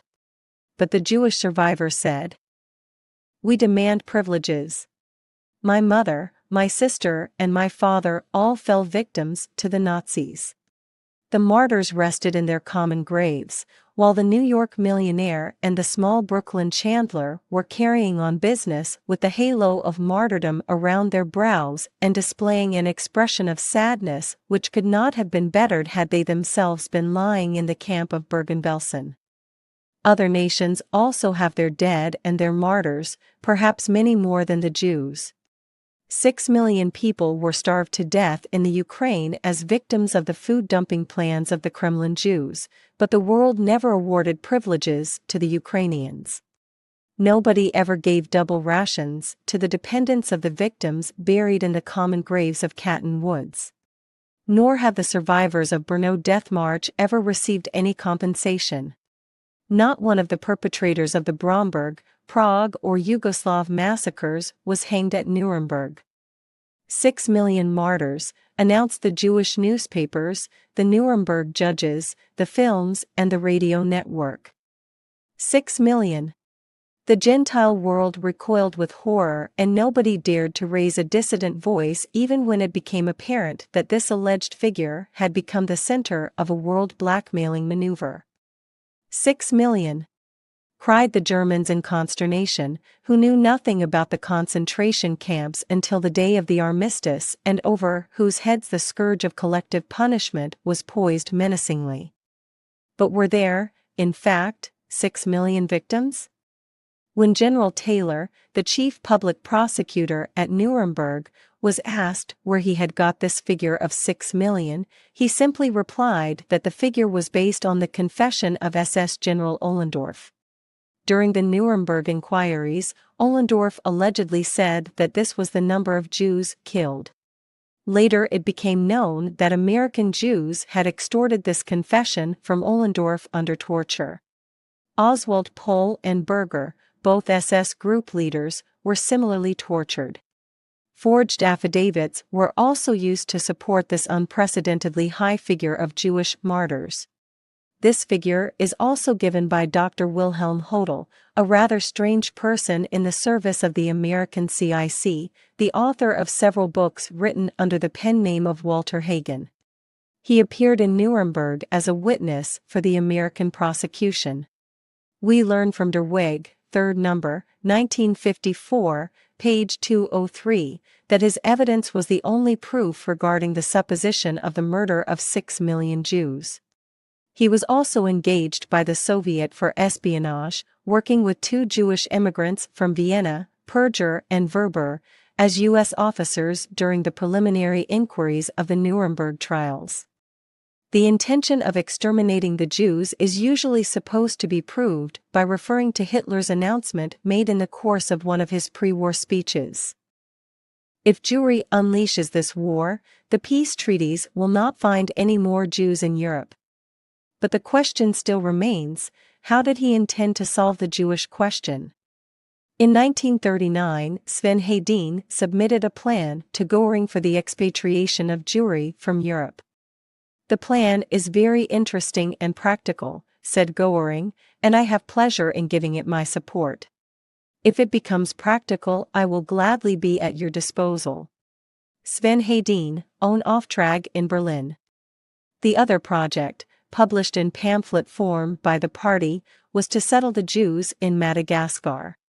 A nation without a country must be provided with a homeland. Palestine would not be able to take in and feed all the masses of European Jews, and a revival of Israel, continued the pamphlet, would be a source of perpetual trouble, incidents, and wars in the Arab world. This has indeed been the case up to the present day. The New York Times produced the most reliable evidence regarding Hitlerian policy when, after the war, it published statistics concerning the world's Jewish population and admitted that Hitler allowed 400,000 Jews to emigrate from the Reich. Had he cherished the intention to exterminate the Jews, these emigrants would never have been allowed to leave Germany. The World Jewish Congress admits in its publication Unity in Dispersion, page 377, that the majority of German Jews succeeded in leaving Germany before the war broke out. World Jewry knew and foresaw clearly that the Second World War, especially in the case of a Bolshevik defeat, would take a heavy toll of Jewish lives, but did absolutely nothing to further emigration while there was still ample time for it. World Jewry badly needed victims in order to be in a position to blackmail the world with the story of 6 million Jewish martyrs. It was evident to the Jews that here was a rare opportunity of obtaining an excellent psychological weapon to silence anti-Semitism and to capture world power. After the events of the Kristallnacht, Crystal Night, in Germany, 48 states, led by America, France, and Great Britain, held a conference, the only topic of which was how to save the Jews threatened in Germany. Although it was clear to all parties concerned that in the case of war the position of European Jewry would be precarious, the conference ended without any positive results. Great Britain was not prepared to take in the German Jews. Though America was ready to grant German Jewry admission, certain Jewish forces working behind the scenes sabotaged this solution. They knew very well that this would have meant the end of anti-Nazi propaganda. It may sound paradoxical, but the anti-Jewish character of German National Socialism came in handy for World Jewry. World Jewry required a Second World War, despite knowing that this would cost a certain number of Jewish lives. After the outbreak of war, all such expatriation plans became unpractical. But did the Germans really wish to destroy the Jews in their hands? This is hardly credible. After the occupation of Poland, photographs of the Polish ghettos were published by the German picture magazine Signal. That these Jews were living separated, for reasons of security, is quite understandable in time of war. But had the intention of the Germans been to exterminate them, then under no circumstances would their pictures have been published by official German propaganda agencies, showing them working at various tasks, such as packing and doing other light jobs for the German army, and thus earning regular wages. The Signal also published a reproduction of the special currency notes introduced in the ghettos to prevent speculation. The interior administration of the ghettos was in the hands of Jewish councils elected by themselves. It may be a question of opinion whether this arrangement was right or wrong. The ghetto is perhaps a humiliating social establishment, but it is not barbaric. It is not an organization for the destruction of a race. Let us not forget that the United States interned Germans and Japanese citizens, while England put the Mosley fascists and many others in internment camps. This number of Signal was obtainable all over Europe at that time. World conscience raised no objection against these ghettos then. What was meant by talk of a solution for the Jewish question? The book Nuremberg ou la Terre Promise, by Maurice Bardesh, answers this question when discussing the Nuremberg trials. It is clear from the documents of the trials that the solution of the Jewish question, as approved by the leader of National Socialism, meant simply to concentrate all Jews in one place set apart for them, and this place would be known as the Jewish Reservation. This would have been a special type of European ghetto, and this intention can be recognized by various ministerial executive decrees and by interdepartmental orders emanating from higher authorities of the Reich. There is nothing else to it. Those accused at Nuremberg could state repeatedly with a clear conscience that during the whole war they knew nothing of mass executions or of Auschwitz or Treblinka, and that they first heard of them from the public prosecutor. How, then, did the German concentration camps come into being? According to accounts in the München Illustriert appearing in 1958, a very interesting answer was given to this question at the Nuremberg trials. Raymond H. Geist, a Jew and first secretary of the American Embassy in Berlin, when National Socialism took over in 1933, made a statement under oath. In this statement he said that during the first few days following the taking over of power, the victims of the Gestapo reached a figure of several hundred thousands. But Hermann Göring, the chief defendant at the Nuremberg trials, when questioned about this, replied to the American judge. In the beginning there were naturally certain abuses of power and, of course, sometimes innocent persons suffered, but in the light of the magnitude, both of the action taken and of the whole movement, this German impulse to independence constituted the most bloodless and most disciplined revolution in history. At first only the communist leaders were sent to concentration camps. After learning that Thälmann, the leader of the German Communist Party, had been manhandled in protective detention, Göring gave orders that Thälmann be brought before him and then said to him, "My dear Thälmann, had you seized power, you would not have been beaten up, but on the other hand, I have no doubt you would have ordered my prompt execution." "Naturally," retorted the communist leader. This incident proves better than anything else that in the beginning there were no Jews in the German concentration camps and that the National Socialist leaders themselves prevented the ill treatment of the internees. The real aim was the establishment of a special territory for Jews in the East. This was the project referred to, and the journals and magazines containing German war propaganda published pictures illustrating it. These were the modern ghettos, and in each one the Jewish population of a whole district lived and worked. The Germans were convinced they would win the war, and then they wanted to expatriate the Jews from Europe. The eastern ghettos, therefore, did not represent the permanent Jewish homeland but a temporary reservation only. Well, to what extent was this right or wrong? The British can, perhaps, give the best decision, who, during the Boer War, interned all the women and children of the population so that more women perished than men. However, under no circumstances could the British be charged with wanting to exterminate the Boers.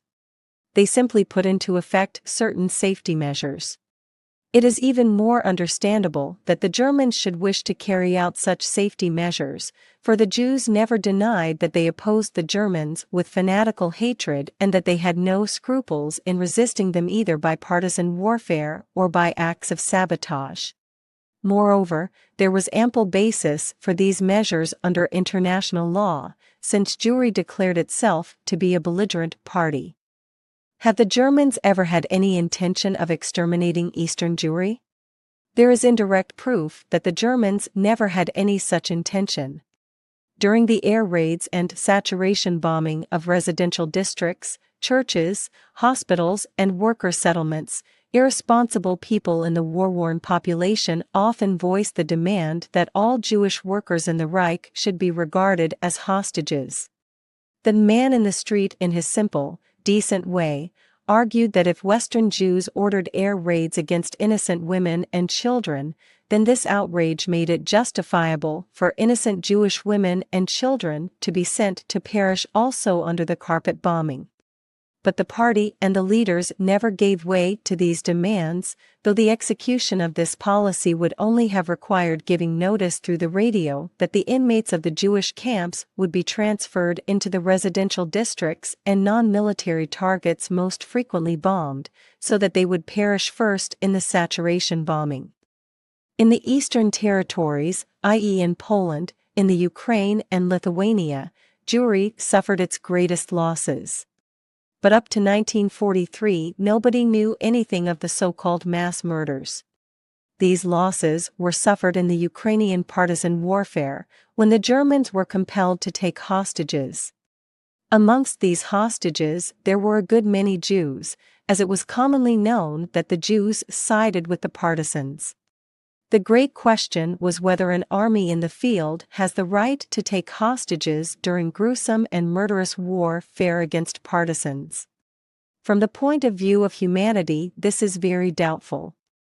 In any case, in the course of the Nuremberg trial, several witnesses testified that an order written and signed by General Eisenhower was found in the Harz Mountains. This order directed that for every American soldier killed 20 German hostages must be slain.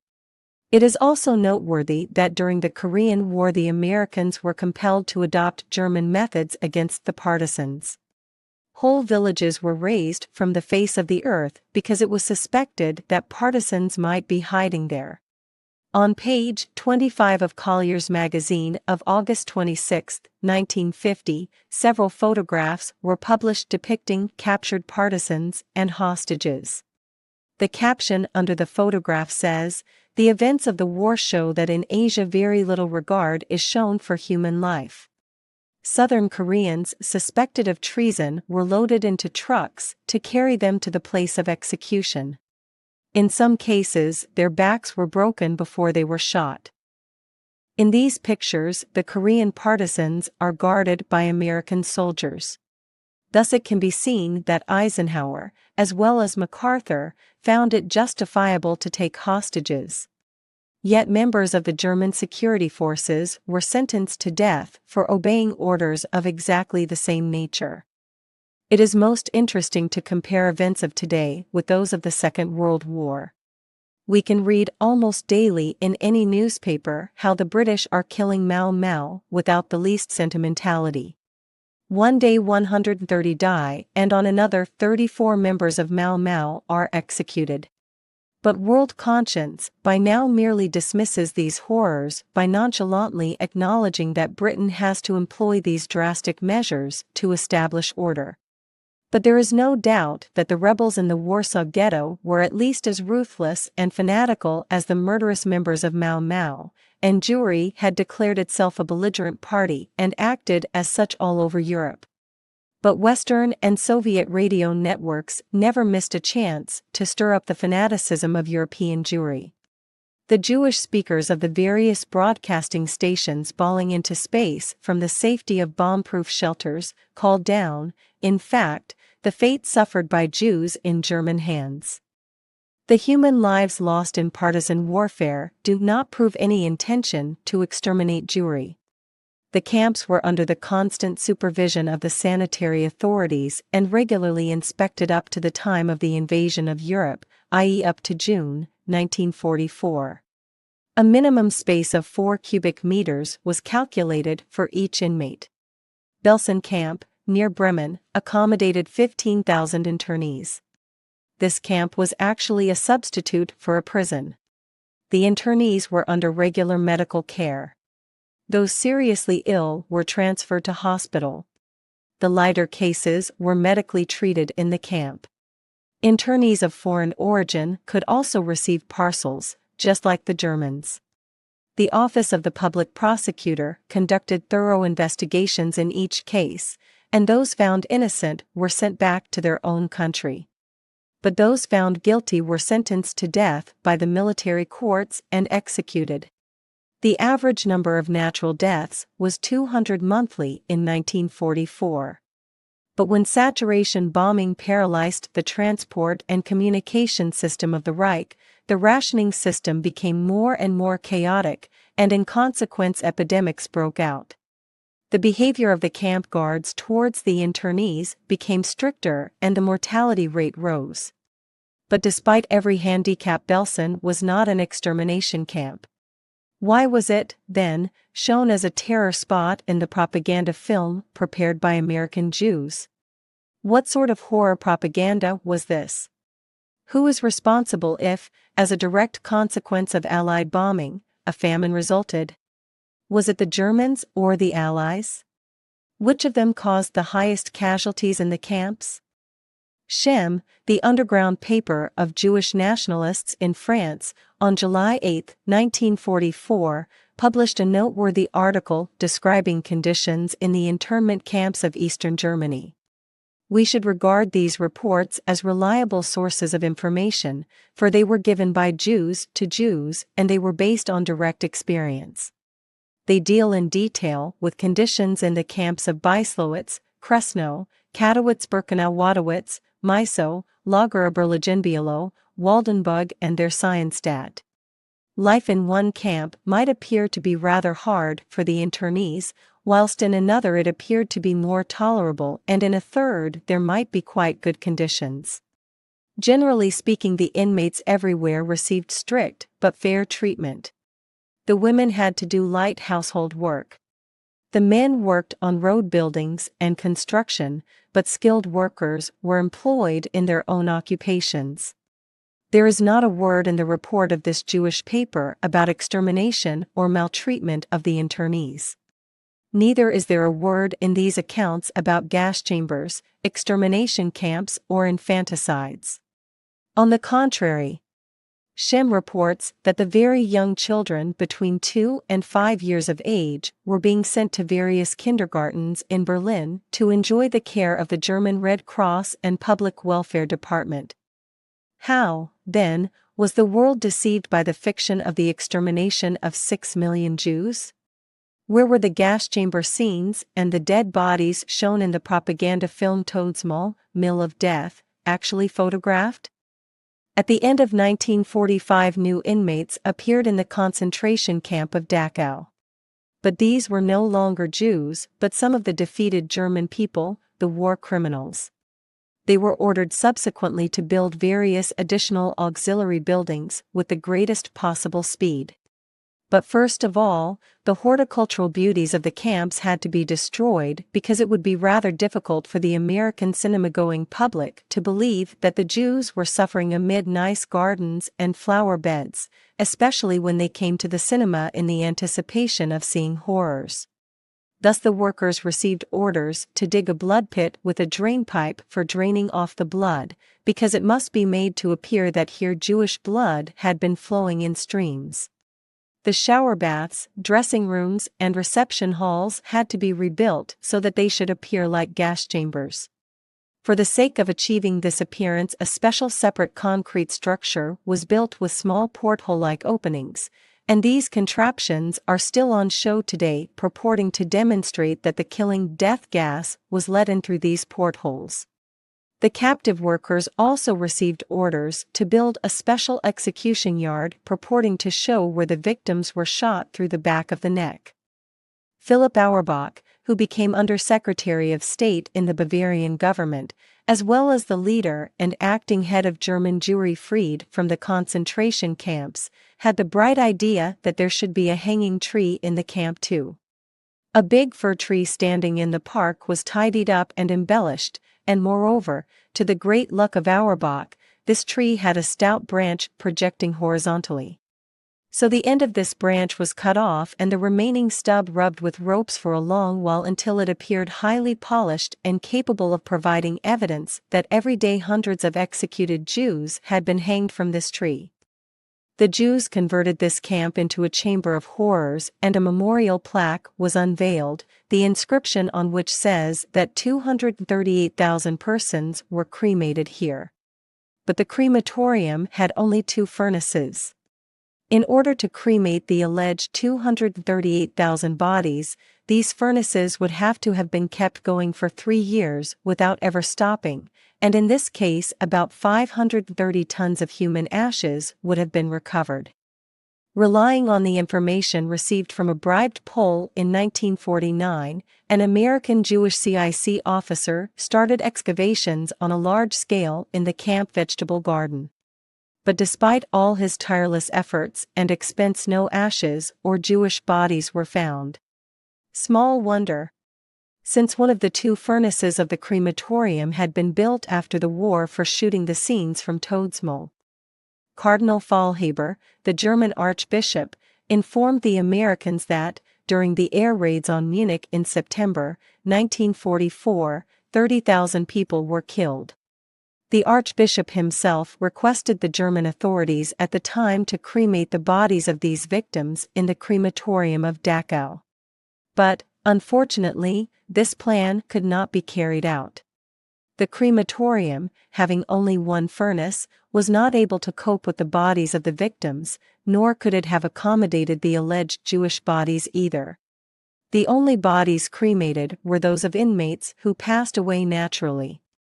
To complete the story of Auerbach, he was convicted in 1952 and sentenced to a term of imprisonment for forging documents purporting to show he had paid out huge sums of reparations to non-existent Jews. The other proofs were similarly concocted. Jews in U.S. Army uniform showed the chief constable of a large German city a photograph and said to him, "Look here, we understand that it was you who ordered the killing of nearly 20,000 Jews whose bodies can be seen in this photograph." The photograph showed a macabre sight, hecatombs of horribly distorted human bodies. But the chief constable retorted curtly, "These are not Jewish bodies.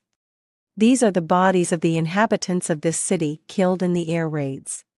These are all Germans. By the way, I can prove that I myself ordered this picture to be taken when I was head of the police force." Thousands and thousands of similar proofs can be produced today showing the fantastic methods and tricks utilized to spread the fictitious story of 6 million exterminated Jews, concocted by Jewish propagandists, film producers, journalists, CIC officers, and torturers. Well, what really did happen to those 6 million Jews? The erection of a memorial to whom is being planned in Manhattan. The Basler Nachrichten on June 12, 1946, published the news that a press conference was held at Geneva by leading members of the Jewish World Congress, at which Dr. M. Perlzweig, the delegate from New York, made the following statement: "The price of the downfall of National Socialism and Fascism is the fact that 7 million Jews lost their lives thanks to cruel anti-Semitism." The number of Jews surviving in Europe today stands at 1.5 million. But in its next issue, the Basler Nachrichten was compelled to give space to the report of an American correspondent, challenging the authenticity of this propaganda figure in the strongest terms. This report points out first of all that if this figure were correct, the losses of Jewry in the war would be greater than the total losses of Great Britain, America, Australia, Canada, New Zealand, France, Belgium, Holland, and Denmark all added together. The most remarkable thing about all this is that, in 1933, the total number of European Jews, excepting those in the Soviet Union, was 5,600,000. This figure was well known by the American Jewish Congress from statistics published in the New York Times on January 11, 1945. From this 5,600,000, 1 million must be deducted for the number of Jews remaining in East Poland beyond the Molotov-Ribbentrop line, to whom nothing happened until June 21, 1941, when the German-Soviet War broke out. According to statistics of the Basler Nachrichten, 5 million Jews were living in Europe, not counting those in Soviet Russia. But from this 5 million, the number of Jews living in neutral countries must be deducted since nothing ever happened to them. According to the statistical figures of the 1942 World Almanac, the number of Jews living in Gibraltar, the British Isles, Portugal, Spain, Sweden, Switzerland, the Irish Republic and Turkey was 420,000. The number of Jews, therefore, within the reach of National Socialism was never more than 4,500,000. The same neutral source of information, the Basler Nachrichten, in referring to available Jewish statistical data, establishes that between 1933 and 1945, 1,500,000 Jews emigrated to Great Britain, Sweden, Spain, Portugal, Australia, China, India, and Palestine, not to mention the United States, where 80% of the immigrants arriving with German, Australian, Polish, or Czechoslovak passports consisted of Jews. According to the report of the Basler Nachrichten, 500,000 Jews escaped to Siberia before the German armies launched their attack on Soviet Russia. Therefore, the number of Jews remaining in Hitler's sphere of influence could not have been more than 2,500,000. But in 1946, again excepting Russia, there were still 1,559,600 Jews living in Europe. But today one thing is certain: the presumption that Jewish losses were between 5 and 6 million, a presumption adopted even by the Palestine Committee, is absolutely absurd. The maximum conceivable number of Jewish victims could be estimated as being between 1 and 1.5 millions, since there were no more Jews within the reach of Hitler and Himmler, and we can reasonably estimate that the actual losses of Jewry are well under this figure. The American occupation authorities in Germany carried out a post-war investigation to ascertain the number of persons who perished in the concentration camps. According to their report published in 1951, 12 million people died in these camps during the whole period of their existence. This number includes Jews, Gypsies, Ukrainians, and all other nationalities, i.e., all prisoners who died a natural death in the concentration camps. At the highest possible estimate, the number of Jews who perished cannot, therefore, be put higher than 500,000 or 600,000 persons. In comparison with this, Christian nations suffered immeasurably greater losses. Let us consider the small Hungarian nation, whose total population is about the same as that of world Jewry. Hungary's war losses in dead, including the victims of air raids and those frozen or starved to death in Siberian death camps, reach at least 1 million. And what are Germany's losses? 3,600,000 German soldiers died in action in the war forced on the Reich by world Jewry. 1,200,000 civilians were killed in the saturation bombing, while 2,400,000 East Germans, together with 600,000 Sudeten Germans and 200,000 other people of German origin, were massacred at the end of the war. 1,400,000 Germans perished or were murdered in the jails, POW camps, and internment camps of the Allies and the Soviet Union. Against the horrible truth demonstrated by these facts and figures, the real war criminals had to build up a legend of Jewish martyrdom, and this gigantic lie propaganda was assisted by all Jewish official organizations, all Jewish world papers like the New York Times, etc., and all Jews, whether leading statesmen or small black marketeers in the shady side streets.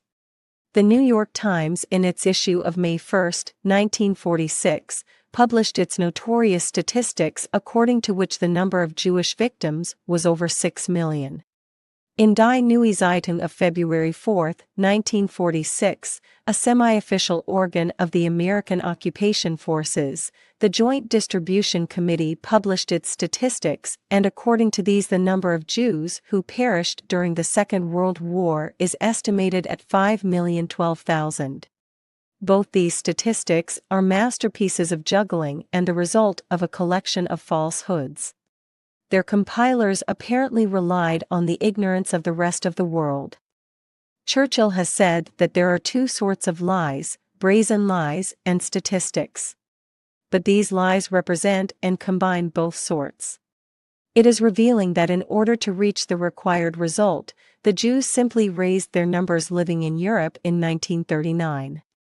But the chief question remaining to be dealt with is whether the number of survivors is reported correctly by Jewry. The various Jewish papers written in Hungarian and edited in different parts of the world continuously emphasize that 600,000 Jews perished in Hungary.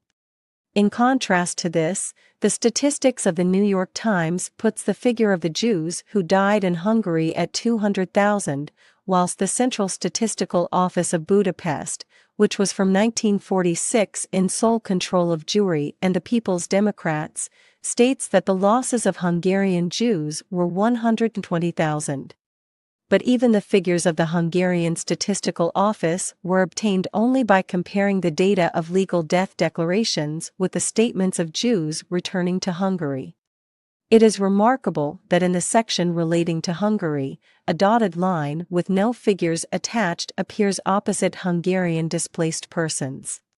From this it can be deduced that no Hungarian Jewish D.Ps, displaced persons, were left in Austria or Germany.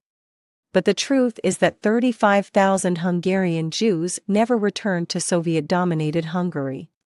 So if this figure is taken into consideration, the losses of Hungarian Jewry would not be 120,000 but 85,000. The New York Times remarks that 25,000 Hungarian Jews who reached Russia as members of labor divisions and were captured there later are not taken into consideration in the list of lost Hungarian Jews. These all returned later to Hungary in the best of health. Thus a fairer estimate of the losses of Hungarian Jewry would be about 60,000 persons. Similar statistical frauds can be detected concerning French Jews as well. The public prosecutor representing that part of the indictment relating to France during the Nuremberg trials stated that 120,000 Jews were deported for racial reasons. The New York Times states that out of 320,000 French Jews, there were 180,000 survivors only. Thus 140,000 had perished. But how? The reader may ask, when, according to the French public prosecutor himself, there were 120,000 deported. Furthermore, quite a large number of these survived too. We can read in the book Your France, by Bradley, of the horrors committed against the French people by Jews released from concentration camps. But greater and even more glaring frauds are to be seen in the statistics concerning the largest blocks of Jewry, i.e., in Poland and Russia. According to the tales of the Joint Distribution Committee and the New York Times, out of 3,250,000 Polish and Russian Jews, there were only 80,000 survivors. The most flagrant fraud is that according to the Poland column, there are no Polish Jew D.Ps left in Western Germany or Austria. On the contrary, they swarm there by thousands in the black markets. But, unfortunately, a very unpleasant surprise came to spoil the worldwide belief that there were only 80,000 survivors left from Polish Jewry. 150,000 Polish Jews suddenly arrived in the West fleeing from Polish pogroms.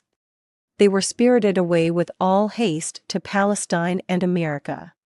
Their emigration was carried out in a record short time. Here is another noticeable point. In the statistics of the Joint Distribution Committee, Soviet Russia is not mentioned at all. What is the position of Russian Jewry? The committee gives the following information only: other countries of the continent, losses, 139,000 persons. But the New York Times corrects this figure and says that, including the Jewish population of Estonia, Latvia, and Lithuania, out of 3,550,000 Russian Jews, only 2,665,000 survived. This means that 885,000 Baltic and Russian Jews perished. There is no doubt that in these territories Jewry suffered considerable losses, and not only in partisan warfare alone. The German troops in the east did not commit atrocities against the Jews. The Ukrainian population killed a few thousand Jews, but they killed them not as Jews, but as Bolshevik oppressors and tormentors. In Odessa, the Romanian troops staged a massacre as a retribution for an attempted attack on their headquarters. But the intervention of German troops suppressed these incidents. As the paper Der Weg proved, the so-called interrogators were sent to Europe early in 1945. These interrogators consisted of up to 100% of American Jews and of German Jews who had emigrated to escape from Hitler. They began their inquiries in 1945, and when their records were summarized, it appeared that 12 million Jews were killed by the Germans in the gas chambers. This result was apparently a bit too much even for the Jew Walter Lippmann, who warned the Jews in the columns of the New York Herald Tribune that by using such manifestly forged figures they would only harm themselves. As a result of his leading article, the figure for Jews murdered by the Germans was suddenly dropped to 6 million. The question can always be asked as to whether it would have been physically possible to destroy as many Jews as the propagandist state were destroyed. Had the Germans enough time for it? Did they possess adequate facilities for it? And then, why was it necessary to build additional crematoria so quickly for shooting scenes in propaganda films? Is it possible that the Jews built these additional crematoria to make their unbelievably high statistics more credible? Was it necessary for the Germans to destroy the Jews systematically, when they were at all times short of manpower and could use the Jews very well for purposes of war production?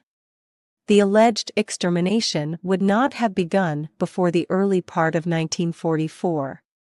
Is it credible that during this short time, i.e. from early 1944 until the end of the war, the Germans could destroy 6 or 5 or even 3 million Jews, as the various sources state? After all, it is a well-known fact today that the German population knew nothing of the existence of the Jewish camps.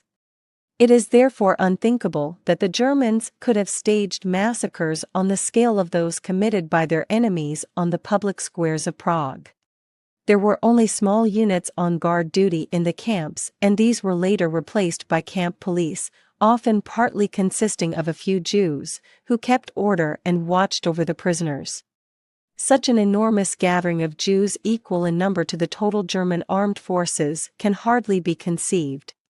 At a time when the Germans faced the most difficult problems concerning the transport of ammunition, food, and petrol, is it likely that they would have transported and concentrated Jews only, instead?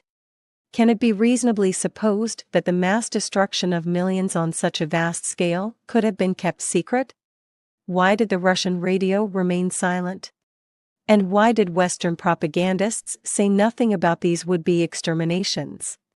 Since they knew the most intimate secrets of the German General Staff and of the National Socialist Party through spies and traitors, they would surely have known of these exterminations.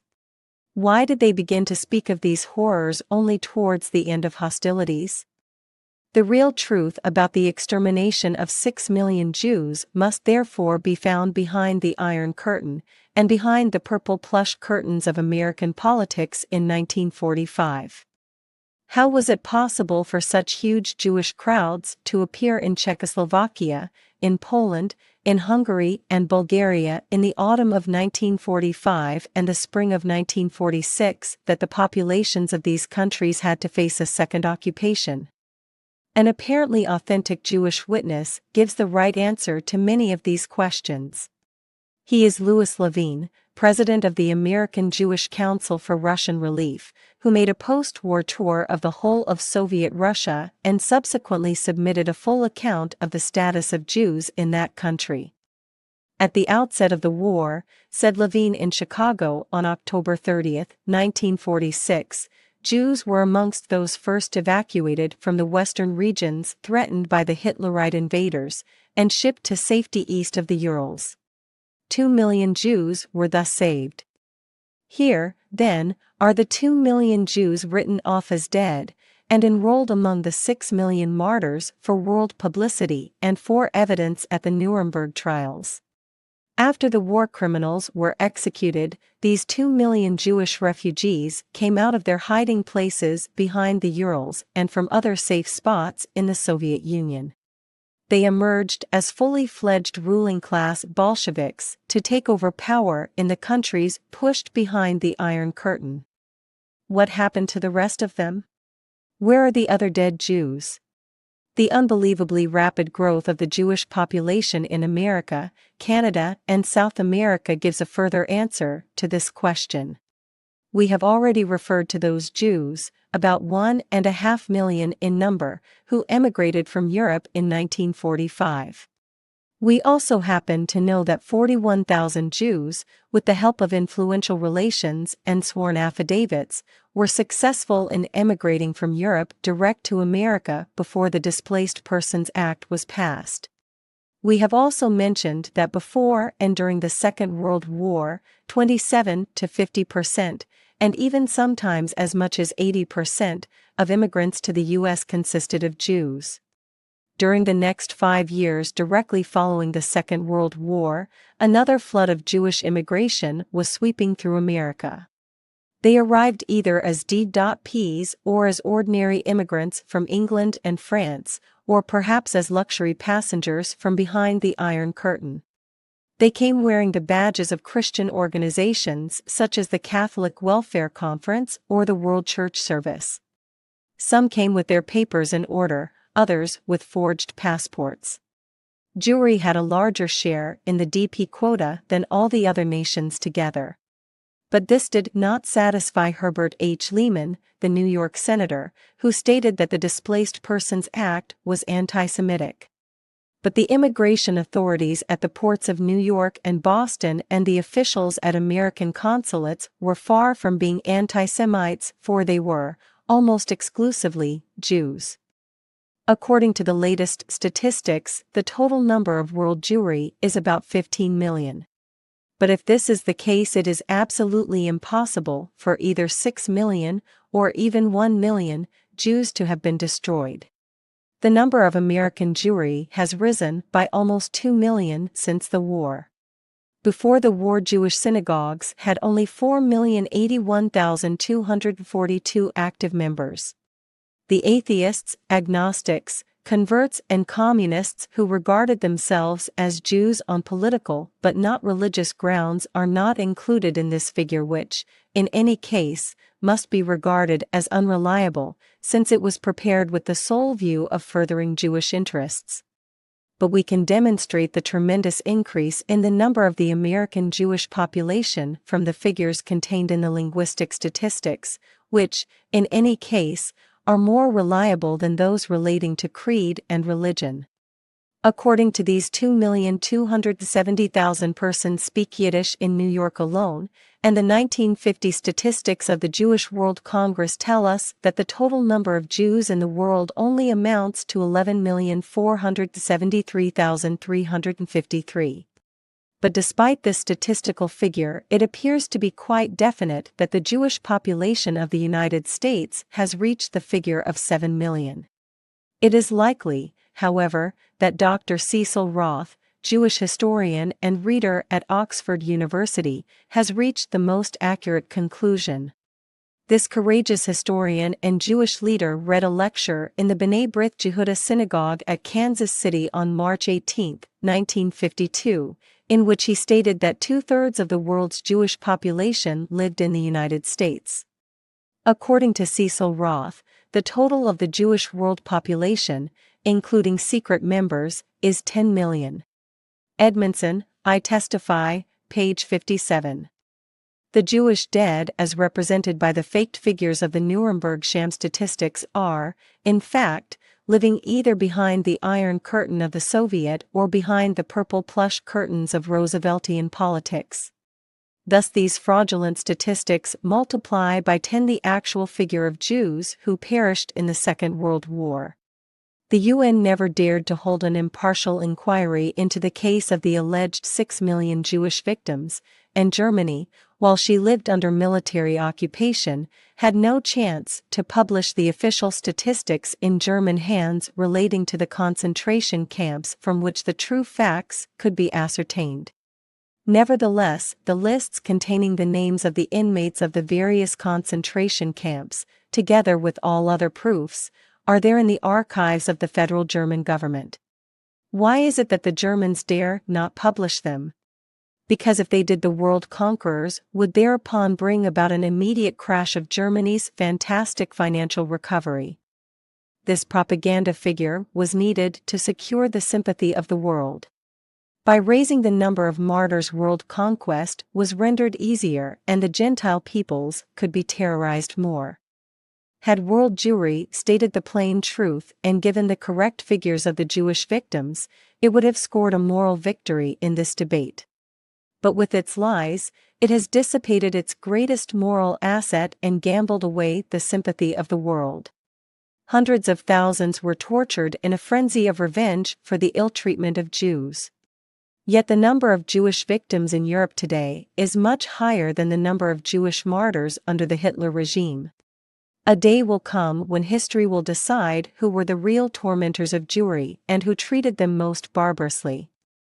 On April 6, 1951, in Aufbau, the New York Jewish paper, the following appeal was published in German under the title, "Israel is looking for witnesses." The Israeli Ministry of Justice in Jerusalem is looking for witnesses in the cases of several persons under investigation for having committed grave crimes against humanity and against the Jewish nation during the Second World War. Almost all of them are charged with crimes committed against internees, Jews. And the following names were given: Andrei Banek, Mordecai Goldstein, Ria Regina Hanzova, Jacob Honigman, Pinkas Shatitsky, Moses Pusitz, Dr. Joshua Sternberg and Trenk Elsa. Of these 8 people 7 are Jews. How can this be possible, the man in the street may ask, who has only been informed of the alleged atrocities of the SS? How could Jews commit atrocities on other Jews in the concentration camps? Is this not some yarn cooked up by the Nazis? The Hungarian daily journal, Magyar Jovo, a New York Jewish communist paper, on April 27, 1951, reprinted an article from the pen of Sandor Grossman, originally published in the Zionist paper, Hatikva, edited in Buenos Aires, which went as follows. The attention of the world press is taken up by reports published in Israeli papers. According to these reports, the court of Tel Aviv is devoting long sessions to throw light on the activities of certain members of the KZ police, KZ equals concentration camp. Thus it was learnt that a Jewish doctor of Kedera had treated deported persons with great cruelty. He killed Jews by giving them lethal injections. He refused to give medical aid in many cases, with the remark, "You will perish in any case like a dog." Of another doctor, witnesses said even worse things in their evidence. A third ex-member of the KZ police manhandled and tortured his Jewish brethren and caused the death of many of them. These late charges, preferred against ex-members of the KZ police, brought to light many unbelievably cruel and horrible acts of violence.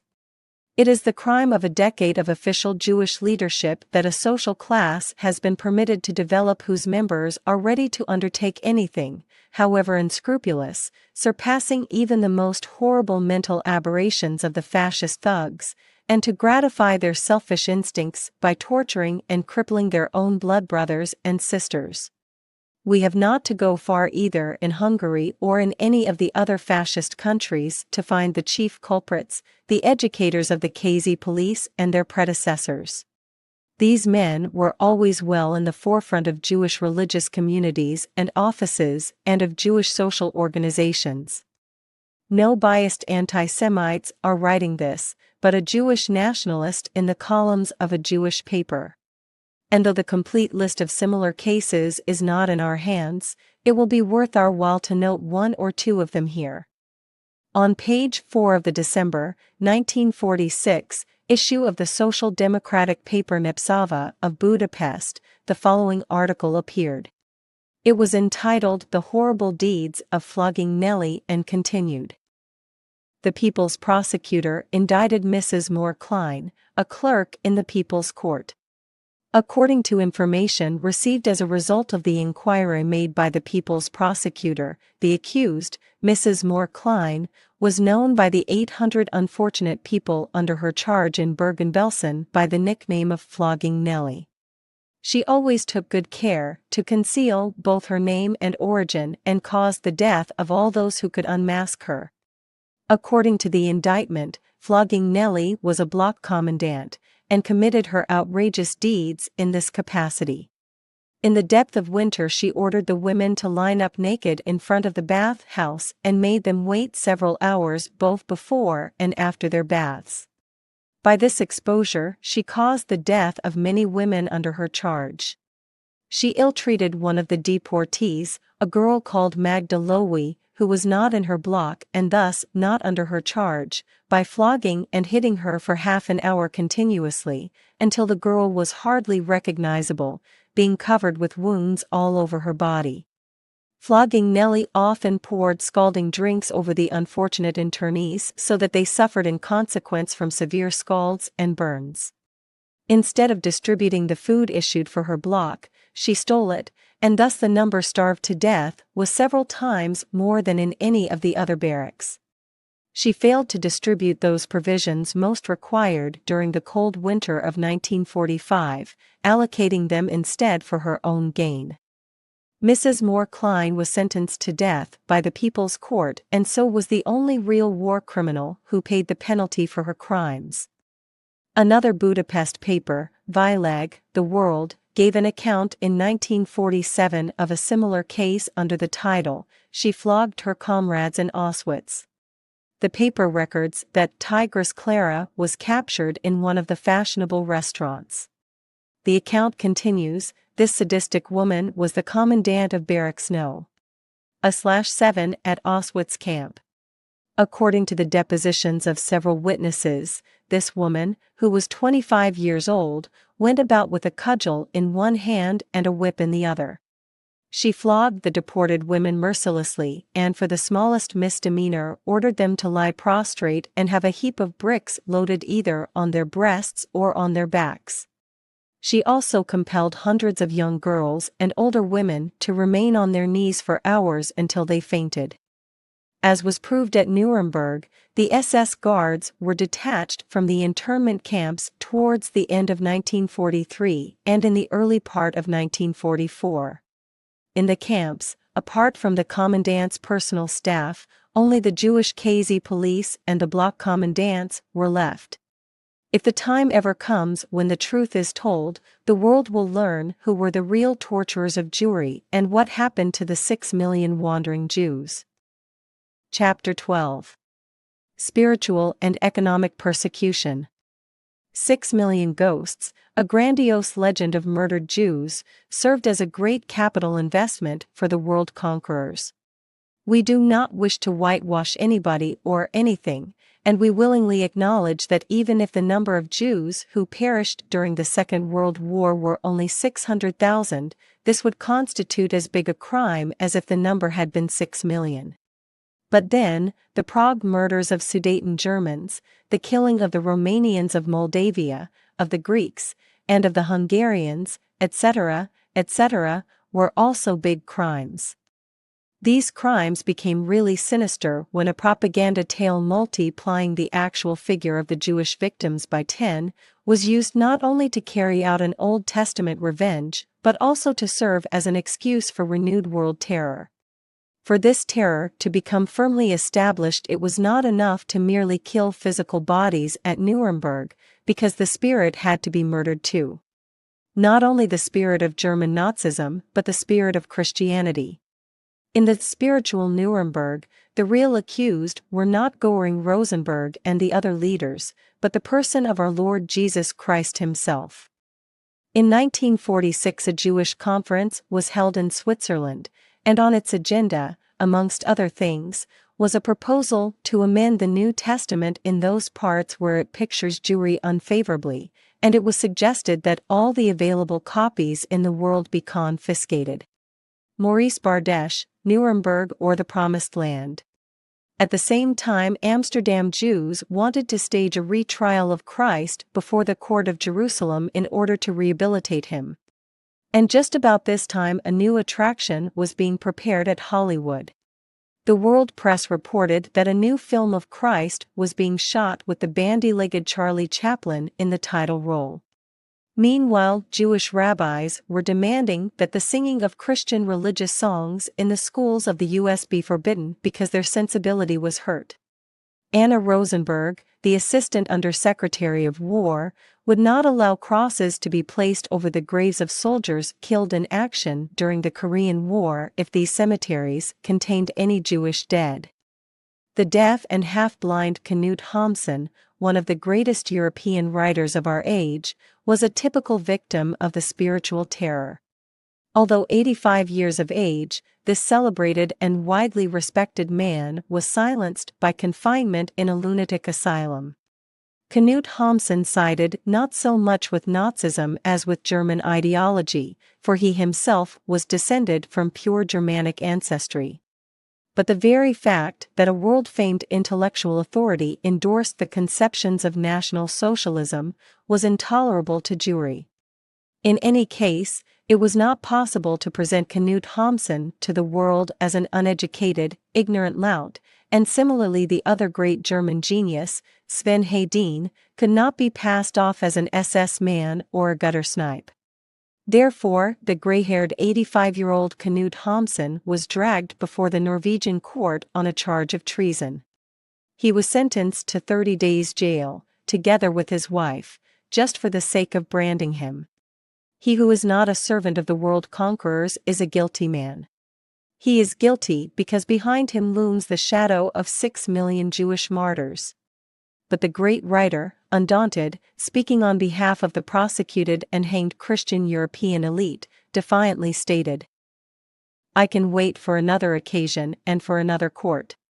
The day may come either tomorrow or, perhaps, in 100 years, but I can wait. I have time enough. It makes no difference whether I am alive or dead. But I can and I will wait." And when, half-blind, he still tried to write and earn his daily bread so as to help his grandchildren, he was locked up in a lunatic asylum. "I can wait," echoes his voice from the heights of immortality, vibrating with the unbroken faith of a dismembered Europe. Similar, almost in detail, to Knut Hamsun's, is the tragedy of Irving Guido Kolbenherr, one of the greatest German writers, the author of the Paracelsus story. He was evicted from his house, and an emigrant Jew presided over the German court sentencing him. He was forbidden to follow his calling, as if a writer could be forbidden in the name of freedom and democracy to fulfill his divine mission by using his God-given talents. Yet, faced with the Morgenthau spirit of persecution and destruction, Kolbenherr also stated the truth. Everybody who tries to defend or excuse himself is considered guilty. It is a well-known fact today that the blacklists compiled against intellectuals were brought into Germany much earlier than the lists relating to the SS men cited as war criminals. Those world conquerors who returned from the United States and who were mostly fanatical communists, compiled and brought these lists with them when they arrived in the capacity of press and theatrical entertainment officers of the U.S. Army. Though they wore American uniforms, they did not represent Jefferson's America, since they portrayed only the intolerant and revengeful spirit of Jewish chauvinism. This mob, consisting of Jewish intellectual fanatics, was a baneful present from the land of liberty, and it repudiated all Jewry's earlier doctrines concerning humanity, philanthropy, and progressiveness, i.e., all those principles put forward as a mask while Jewry previously donned the cloak of democracy. These people had one goal only: to destroy all competition from the intellectual social classes and professions, and to remove the intolerable superiority of the Christian outlook. It was said that on the battlefields as well as on propaganda levels, a fight was being waged for the freedom of mankind and of the human spirit. Yet now, blacklists, censorships, the barring from professions, the muzzling of truth and threats of terror, were brought from the America of Roosevelt to the continent of Europe, wherein lay the center of human culture. This spiritual terror, carried on under the shield of the American flag, dishonored America and forever discredited the slogans of American freedom, since up to the present day America has made no official amends for permitting this persecution. On the blacklist were the names of Sauerbruch, Europe's greatest medical genius of the present century, and Wilhelm Furtwängler, the greatest conductor in the Western world. These blacklists of Jewry further contained names such as Richard Strauss, Louise Ulrich, Emil Jannings, Herbert von Karajan, Clemens Krauss, Julius Patzak, Walter Gieseking, the world-famous violinist, Beza Prihoda, Paul Link, Werner Krauss, and hundreds more. Fredel Weiss, the noted comedian, who often made jokes at Hitler's expense, was also brought before the court. This Jewish terror did not hesitate to stamp such an intellectual genius as Gerhard Hauptmann suspicious, because he dared to write a few sad lines about the ruins of Dresden. Leo Slezak was branded a Nazi, and Max Schmerling was described as a concentration camp leader. Even some of the dead were included in these lists, such as Heinrich George, who died in a Soviet forced labor camp, and Paul Link, the great composer, who was dead long before the Hollywood liberation took place. Gerhard Eisler was the leader of the spiritual extermination band. He was a typical figure of Jewish chauvinism, really a communist whom Mrs. Eleanor Roosevelt smuggled into America, and from whence he later returned to enter illegally the eastern zone of Germany. With him also returned a great number of press and theatrical officers in American uniform. The emigrants quoted in Aufbau, the New York Jewish paper, together with a pen-pushing mob of character assassins, settled down in Western Germany. They were not satisfied with the extermination of the elite of German National Socialism. They wanted to hold the entire spiritual life of Germany collectively responsible. Simultaneously, communism began to spread. The prescription is as old as the hills, an American democratic uniform for show, with Bolshevism rampant behind the scenes. It is the Eastern Jew in a Western mask. According to the files of the McCarthy Committee of Investigation, Cedric Henny Belfridge, agent of the New York Intelligence Service, was chief press executive. He was, of course, a crypto-communist. James Aronson, another communist, prescribed to the German journalists what they must do in order to build up German democracy. This man worked out a press program for General Eisenhower, who, with the political experience of a soldier, signed everything the excellent Aronson or, later, Kagan, put before him without asking any questions. But it was not only in the strangling of European spiritual life that the spiritual world conquest became manifest. On the positive side, what was called re-education followed. Jewish press officers filled the libraries of the American houses in Germany with communist works, written, of course, by Jews for the re-education of the German Nazi people. In the name of liberty and democracy, the publishing of papers was restricted by license. But at first only racially persecuted immigrants and German communists were granted licenses to publish daily papers. The Western Jew who had established so many contacts with the Eastern Bolshevik Jew, as we showed earlier, now tried by wrapping himself in the stars and stripes to re-educate the German people, i.e., to make them communists. The world conquerors felt that American democracy was not enough security for them. The Soviet submachine gun with its open terror would be more satisfactory in covering up the crimes they had committed against humanity. Jewry tried to establish an exceptional state of affairs in which a Jew could do anything he pleased. This process began in fact with the Nuremberg trials, where it was not war crimes that were punished but where acts committed against Jews were revenged. World Jewry here declared almost openly that the Jews regarded themselves as the sole victors of the last war. This outlook became manifest in the codes, jurisdiction, and proceedings of the so-called people's courts in the various states subjected to Bolshevik rule. The Code and the Criminal Procedure Act in Hungary was drawn up by a Jewish lawyer, Istvan Reis, Minister of Justice, and by his undersecretary, Zoltan Pfeiffer, who was married to a Jewess, and according to these laws even the smallest and pettiest things against Jews constituted crimes against the state and the people. The People's Code and Criminal Procedure Act states that all members of any unit in the armed forces are responsible if one of their members does anything against the Jews. In this way, hundreds and thousands of innocent persons were hanged or imprisoned. One individual was committed for trial on the serious charge that he allegedly smiled when a Jew was deported. He was sentenced to prison for 2 years. According to the code, if a person did not prevent preparations to assault Jews, or actively committed assault against them, the penalty was death in both cases. The establishment of special rights and privileges for the Jews is especially apparent in Austria and Germany. In this respect, the gravest measures were instituted against the Germans. Out of at least 60 million victims of the Second World War, the Jews alone enjoy personal reparations. The Jewish assets, though already redeemed and bought off in cash by the Hitler regime, had to be paid off again by the Germans after the Second World War. Not one of those 12 million people expatriated and expelled by the Potsdam Convention received reparations, neither did any member of the nations which were ravaged, raped and plundered by Russian Bolsheviks, not to mention intellectuals who became stateless. Millions were robbed of their assets, land and houses. Millions were expelled from their homelands only taking with them 100 pounds of luggage.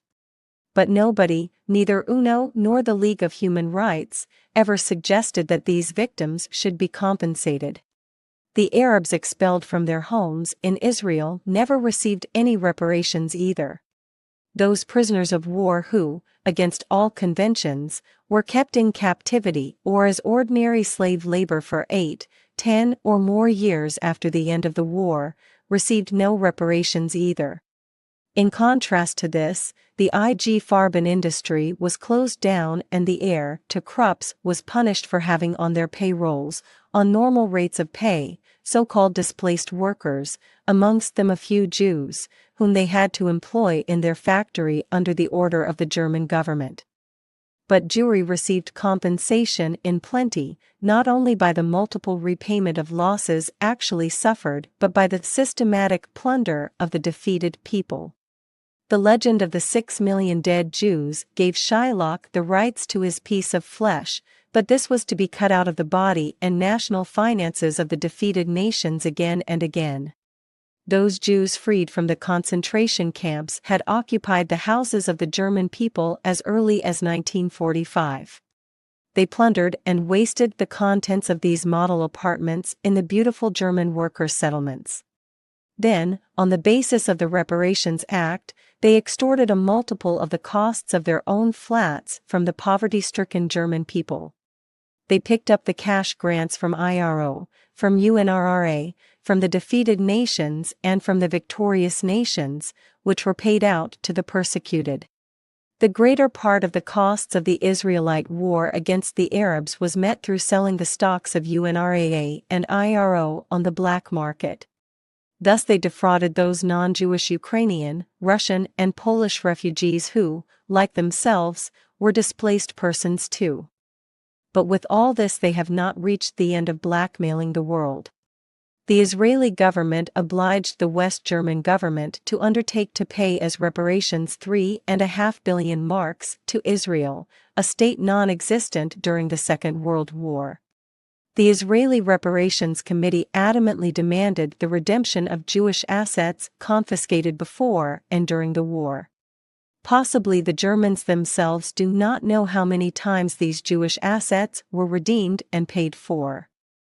Schaefer, ex-minister of finance of the West German federal government, said recently at a public meeting during the early part of 1958 that the Jews had lodged a new claim of 27 billion German marks for reparations against the West German state. If Germany paid this enormous sum, he went on, it would assuredly ruin her monetary system, and consequently bankruptcy would follow. In this case, Western Germany would fall into the Soviet trap. But perhaps this is the true aim of the world conquerors. But Schaefer said something else which led to an exposure.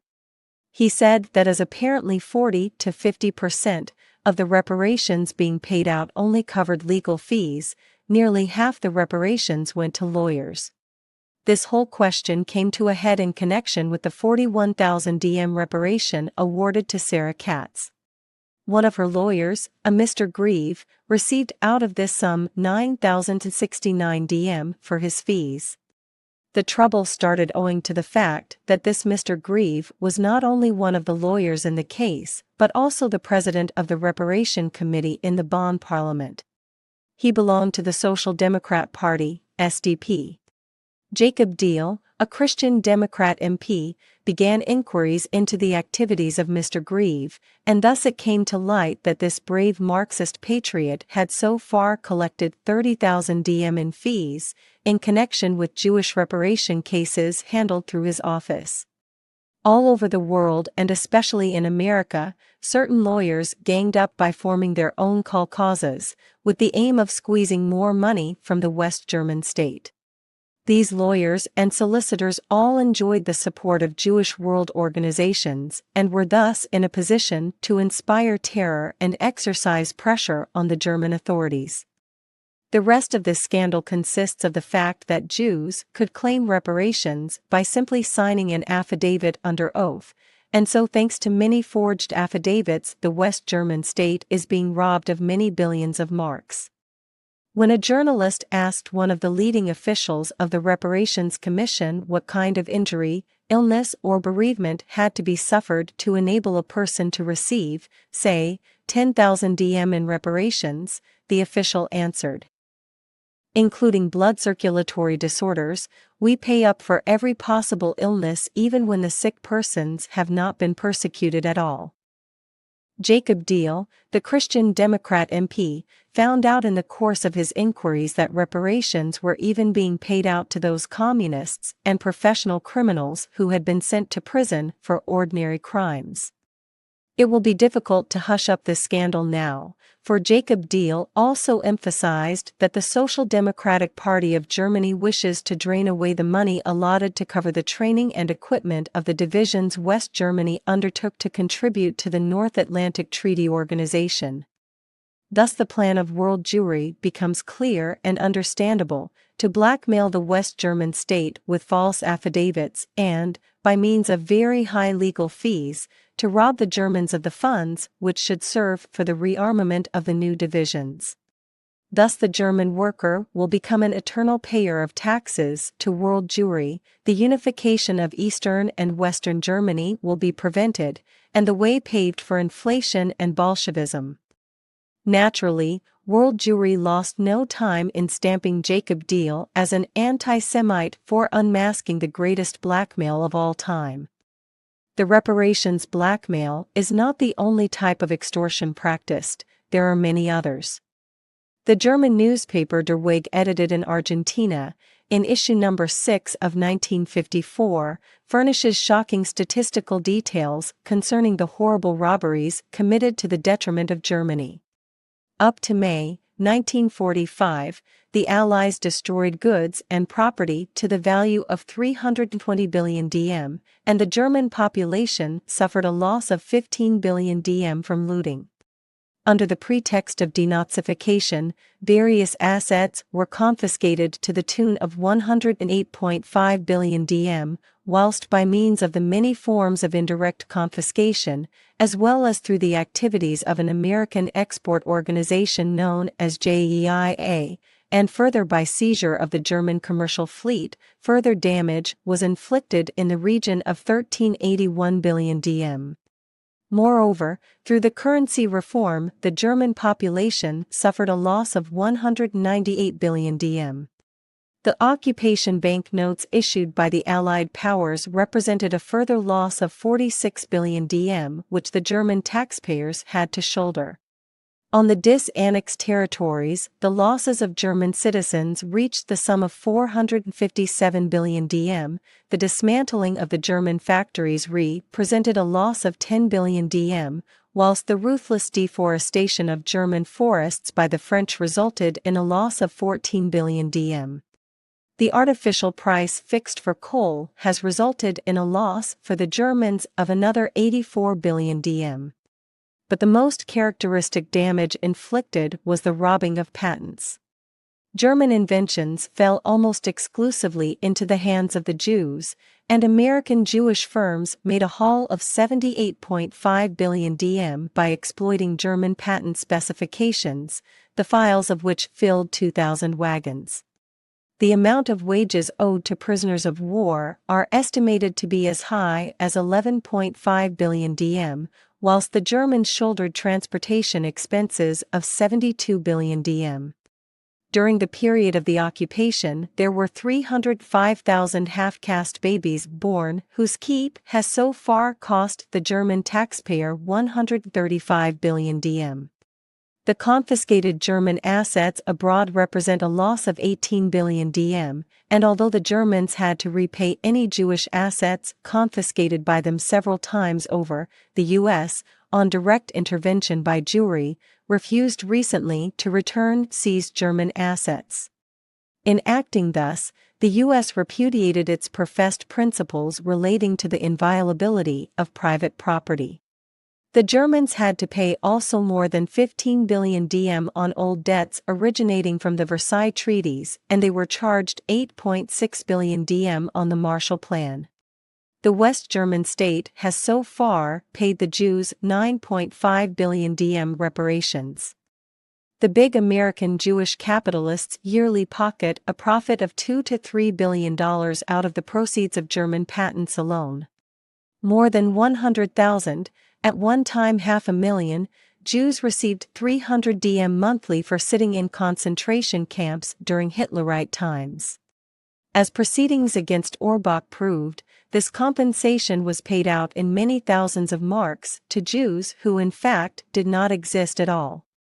This blackmailing and looting of the nations under a semblance of legality will be carried on as long as the parasite state of Israel needs money, and so long as Gentile nations refuse to restore international law as it was practiced in 1945 and before. But it is not only in respect of the laws relating to private property that Jewry has created dangerous precedents. It wishes to establish on all levels a supranational and privileged status for the Jews. This became manifest in the so-called welfare activities after the last war. UNRRA supported Jews and communists almost exclusively, and anyone who dared to utter a word against this discrimination was silenced or gagged as a Nazi.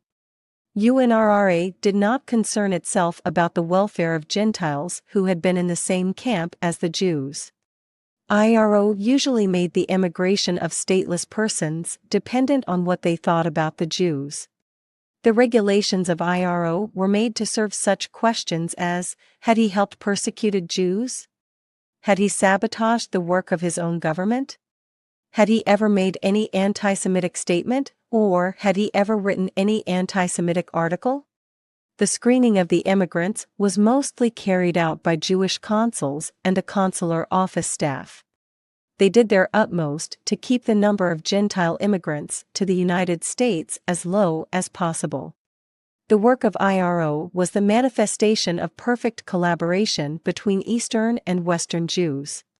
It was found out later that several officers acting in an executive capacity in IRO centers were actually secret Soviet agents of the MVD IRO in the name of humanity handed over to Soviet hands several refugees against whom there were no charges whatever, but whose only crime was that they belonged to an intellectual elite which had to be exterminated.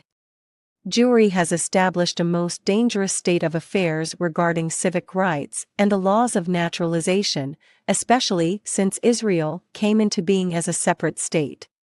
In the defeated states of Germany, Hungary, Slovakia, and Romania, etc., Jews were promptly granted full citizenship, without satisfying any legal conditions at all. Many had never belonged to these states and had absolutely no legal right to apply for citizenship. In the states behind the Iron Curtain, only Jews received exit permits to enable them to emigrate to Israel. These same states were forced to take back these emigrant Jews if decided to return, either to avoid military service, or because they were not satisfied with conditions in the new Jewish state. there is a definite attempt in the American Immigration Acts, as well as in the laws and regulations of several other nations, to establish supranational world citizenship for Jews. Dangerous precedents were also created by the Nuremberg Court.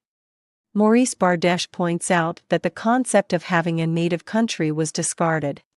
Everybody, or more correctly, every Jew, is a world citizen. The Jewish migrant from Zhytomyr is as much a citizen of your country as you are. He has equal rights to your land. You agricultural workers must respect the rights of Negroes on the land, and you must make room for him at your table. He will march in and take office in your city or rural council, so as to make you familiar with outside world conscience.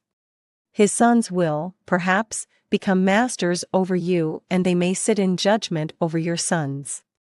They will rule in your own city, and they will resell you your own land, for world conscience entitles them to do so. This is no joke. Dr. Levy, a Jewish doctor, wished to take up residence in the German city of Offenbach, although he had never been a German citizen. When the civic authorities refused to appoint him to the post of public health officer, the so-called democratic newspapers threatened the city council with intervention on the part of the occupation authorities. In America, fictitious information lodged by a single Jew is sufficient to prevent a person's immigration. If the Jew says that the intending immigrant is an anti-Semite, then the Attorney General of the U.S. can declare that this immigrant is an undesirable person who would endanger national security. And this means that America depends on the opinion of Jewry as to who will be accepted as citizens of the United States. But the countries of the Western world, though perhaps often unaware of it, have actually adopted the Soviet system by the establishment of Jewish privileges as part of their constitutions. As we pointed out before, no Soviet citizen may be referred to by the adjective Jewish. This would be punished by death or by deportation. Emanuel Birnbaum mentioned this matter with great satisfaction in Aufbau on March 17, 1950, and his article emphasized that this law is in force at present. In the Soviet, where allegedly no one has any privileges, the communist laws secure that Jews may exercise their powers and protect themselves from being pointed out as Jews. Secrecy is the character of our power, say the protocols of the learned elders of Zion. So the origin of Malenkov can be discussed, but not that of Kaganovich. With the help of UNO, a new international law was made to preserve Jewry's supranational status. This new law immortalizes Nuremberg. It is called the Genocide Convention, i.e. the law relating to the systematic extermination of racial and national groups. The time appears to be very opportune to bring in this act when millions of people, even whole nations, are vanishing in the forced labor camps of the Soviet. But the genocide law is not made to punish those particular crimes. The act terms it racial murder to bring about the partial or total extermination of a nation, or of an ethnical, racial or religious group, or even to have the intention to do so. But this convention also rules that physical or spiritual violation of, or insult to, members of any of the aforesaid groups falls under the heading of racial murder.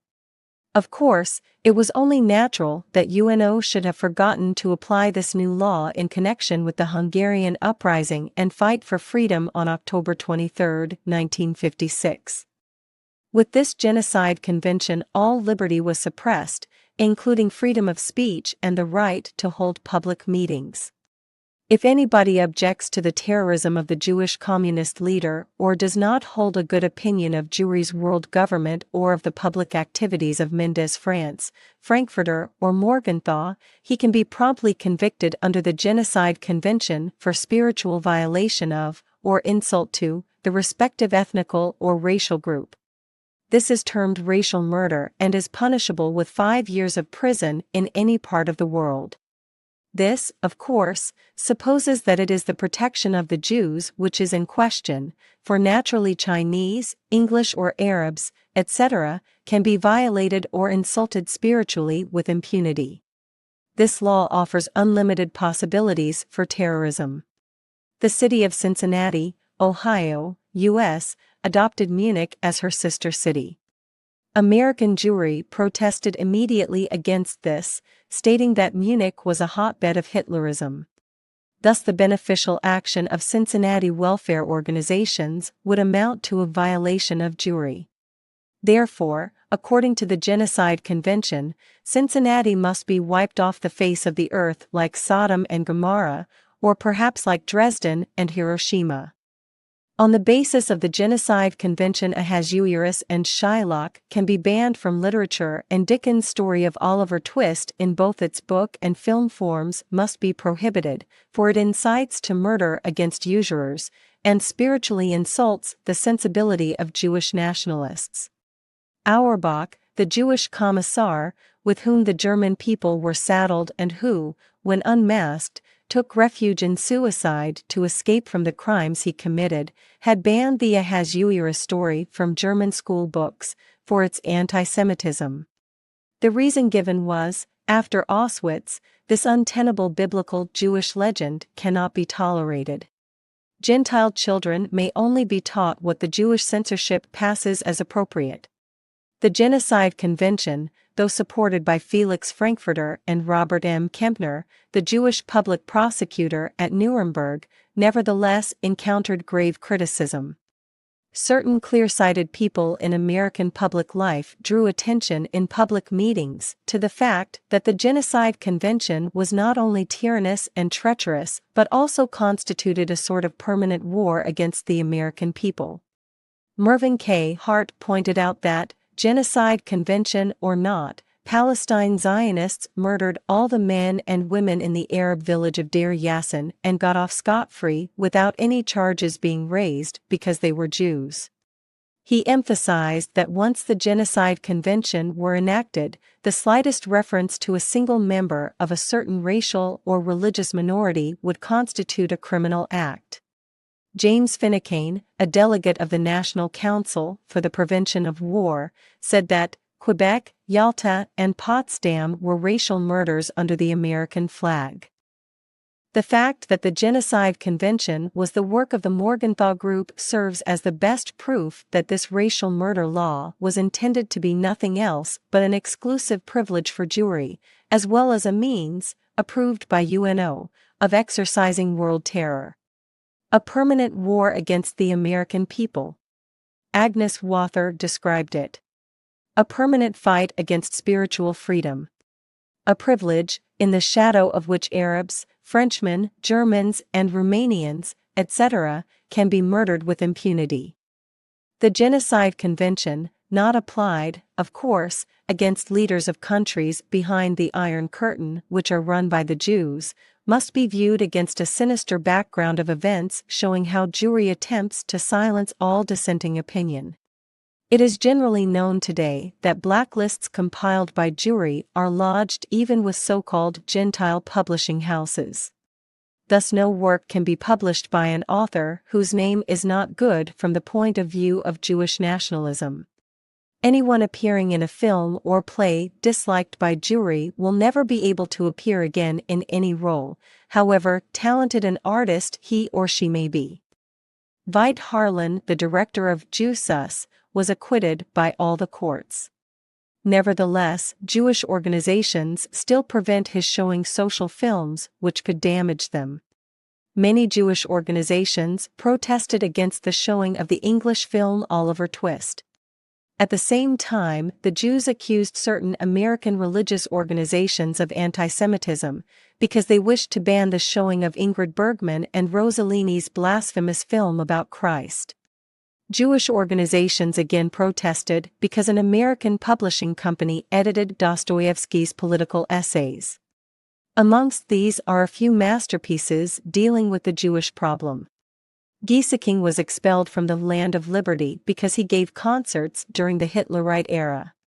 Ernst Dohnanyi, the composer, could not appear for years in the Carnegie Hall just because Jewish war veterans proclaimed him a fascist. Heinrich Golda, the world-famous pianist, was sent to Ellis Island for having been a member of the Hitler Jugend when he was 10 years old. Here we can recognize the spiritual world terror in its completeness. Consistent and persistent, it goes right back to Christ himself. German writers whose works were neither anti-Semitic nor Nazi nevertheless received sentences in German courts. It was sufficient for them to be suspected of having anti-Semitic leanings, to be punished by being banned from their occupation or by the confiscation of their property, regardless of the fact that they were politically harmless persons, such as artists, writers, or actors. Lajos Dokveni, the author of the novel The Kaganoviches, was sentenced to be imprisoned in Hungary. Alphonse Lazinskaya, the translator of the Talmud, was imprisoned for 5 years. Lajos Mihaly, one of the leading European biologists, was sent to prison for 7 years at the age of 93. Aloysius Dolany Kovacs, whose crime was the preparation of a few dry statistics showing the distribution of national wealth in Hungary, was also sent to prison. Similar sentences were passed in Romania, in Czechoslovakia, and in the other countries behind the Iron Curtain. The newly formed State of Israel greatly helped in the establishment of world terror in the Western Hemisphere. 5 years after the war, the Israeli parliament passed a resolution according Israel the right to punish war criminals and to demand their extradition from any other state. This is quite beyond the limit of any sort of legal justice. A state here claims the right to be judge of so-called war crimes which were said to have been committed before that state existed. Here we are faced not only with post facto law but with a state directly benefiting from it. Every form of criticism or purely theoretical literary activity can be prosecuted. Israel has the right to extradite and hang Swedish, Chinese, or Argentine intellectuals. The special feature of this law is the fact that while it tries to place all Gentiles under Jewish law, it intends to exempt all Jews from the laws of Gentile states.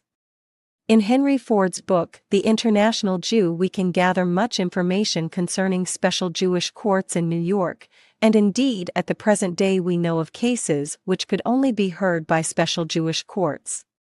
In 1950, a certain Mayor Middleman was charged in New York with beating to death a fellow Jew called Benjamin Krieger in one of the German concentration camps during the war. New York jury saw to it that this unpleasant case was not brought up before an American court. The American Jewish Congress convened a special court to try this murder case. The trial ended by acquitting the accused and finding that he did not commit any murder after all. So here again we confront a double morality enforced by terror. The Argentine paper Der Weg published a very interesting article by Felix Schwarzenborn under the title, World Tyranny from 1955 on, which describes the plans relating to the establishment of the Jewish world kingdom.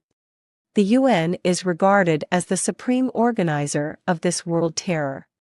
The American Weekly Common Sense also confirms the existence of such plans. The plans for the establishment of Jewish world domination are progressing well towards realization, it writes. It is probable that the future world government will be what is known at present as the United Nations Organization. The world is now divided into 2 hemispheres by 2 opposing great power groups. One is ruled by Muscovite Jews under the seal of Solomon, the 5-pointed star, whilst the other is under the flag of the UN. Bernard M. Baruch was commissioned to accomplish the unification of the economic forces of the USA, which actually meant the handing over of American power and economic resources into the hands of the Wall Street Jews. The internationalization of raw materials, the European Army, the European Parliament in Strasbourg, and the Schuman Plan, drawn up really by David Lilienthal, are all intended to drive the non-communist world under the economic terror of the Jews.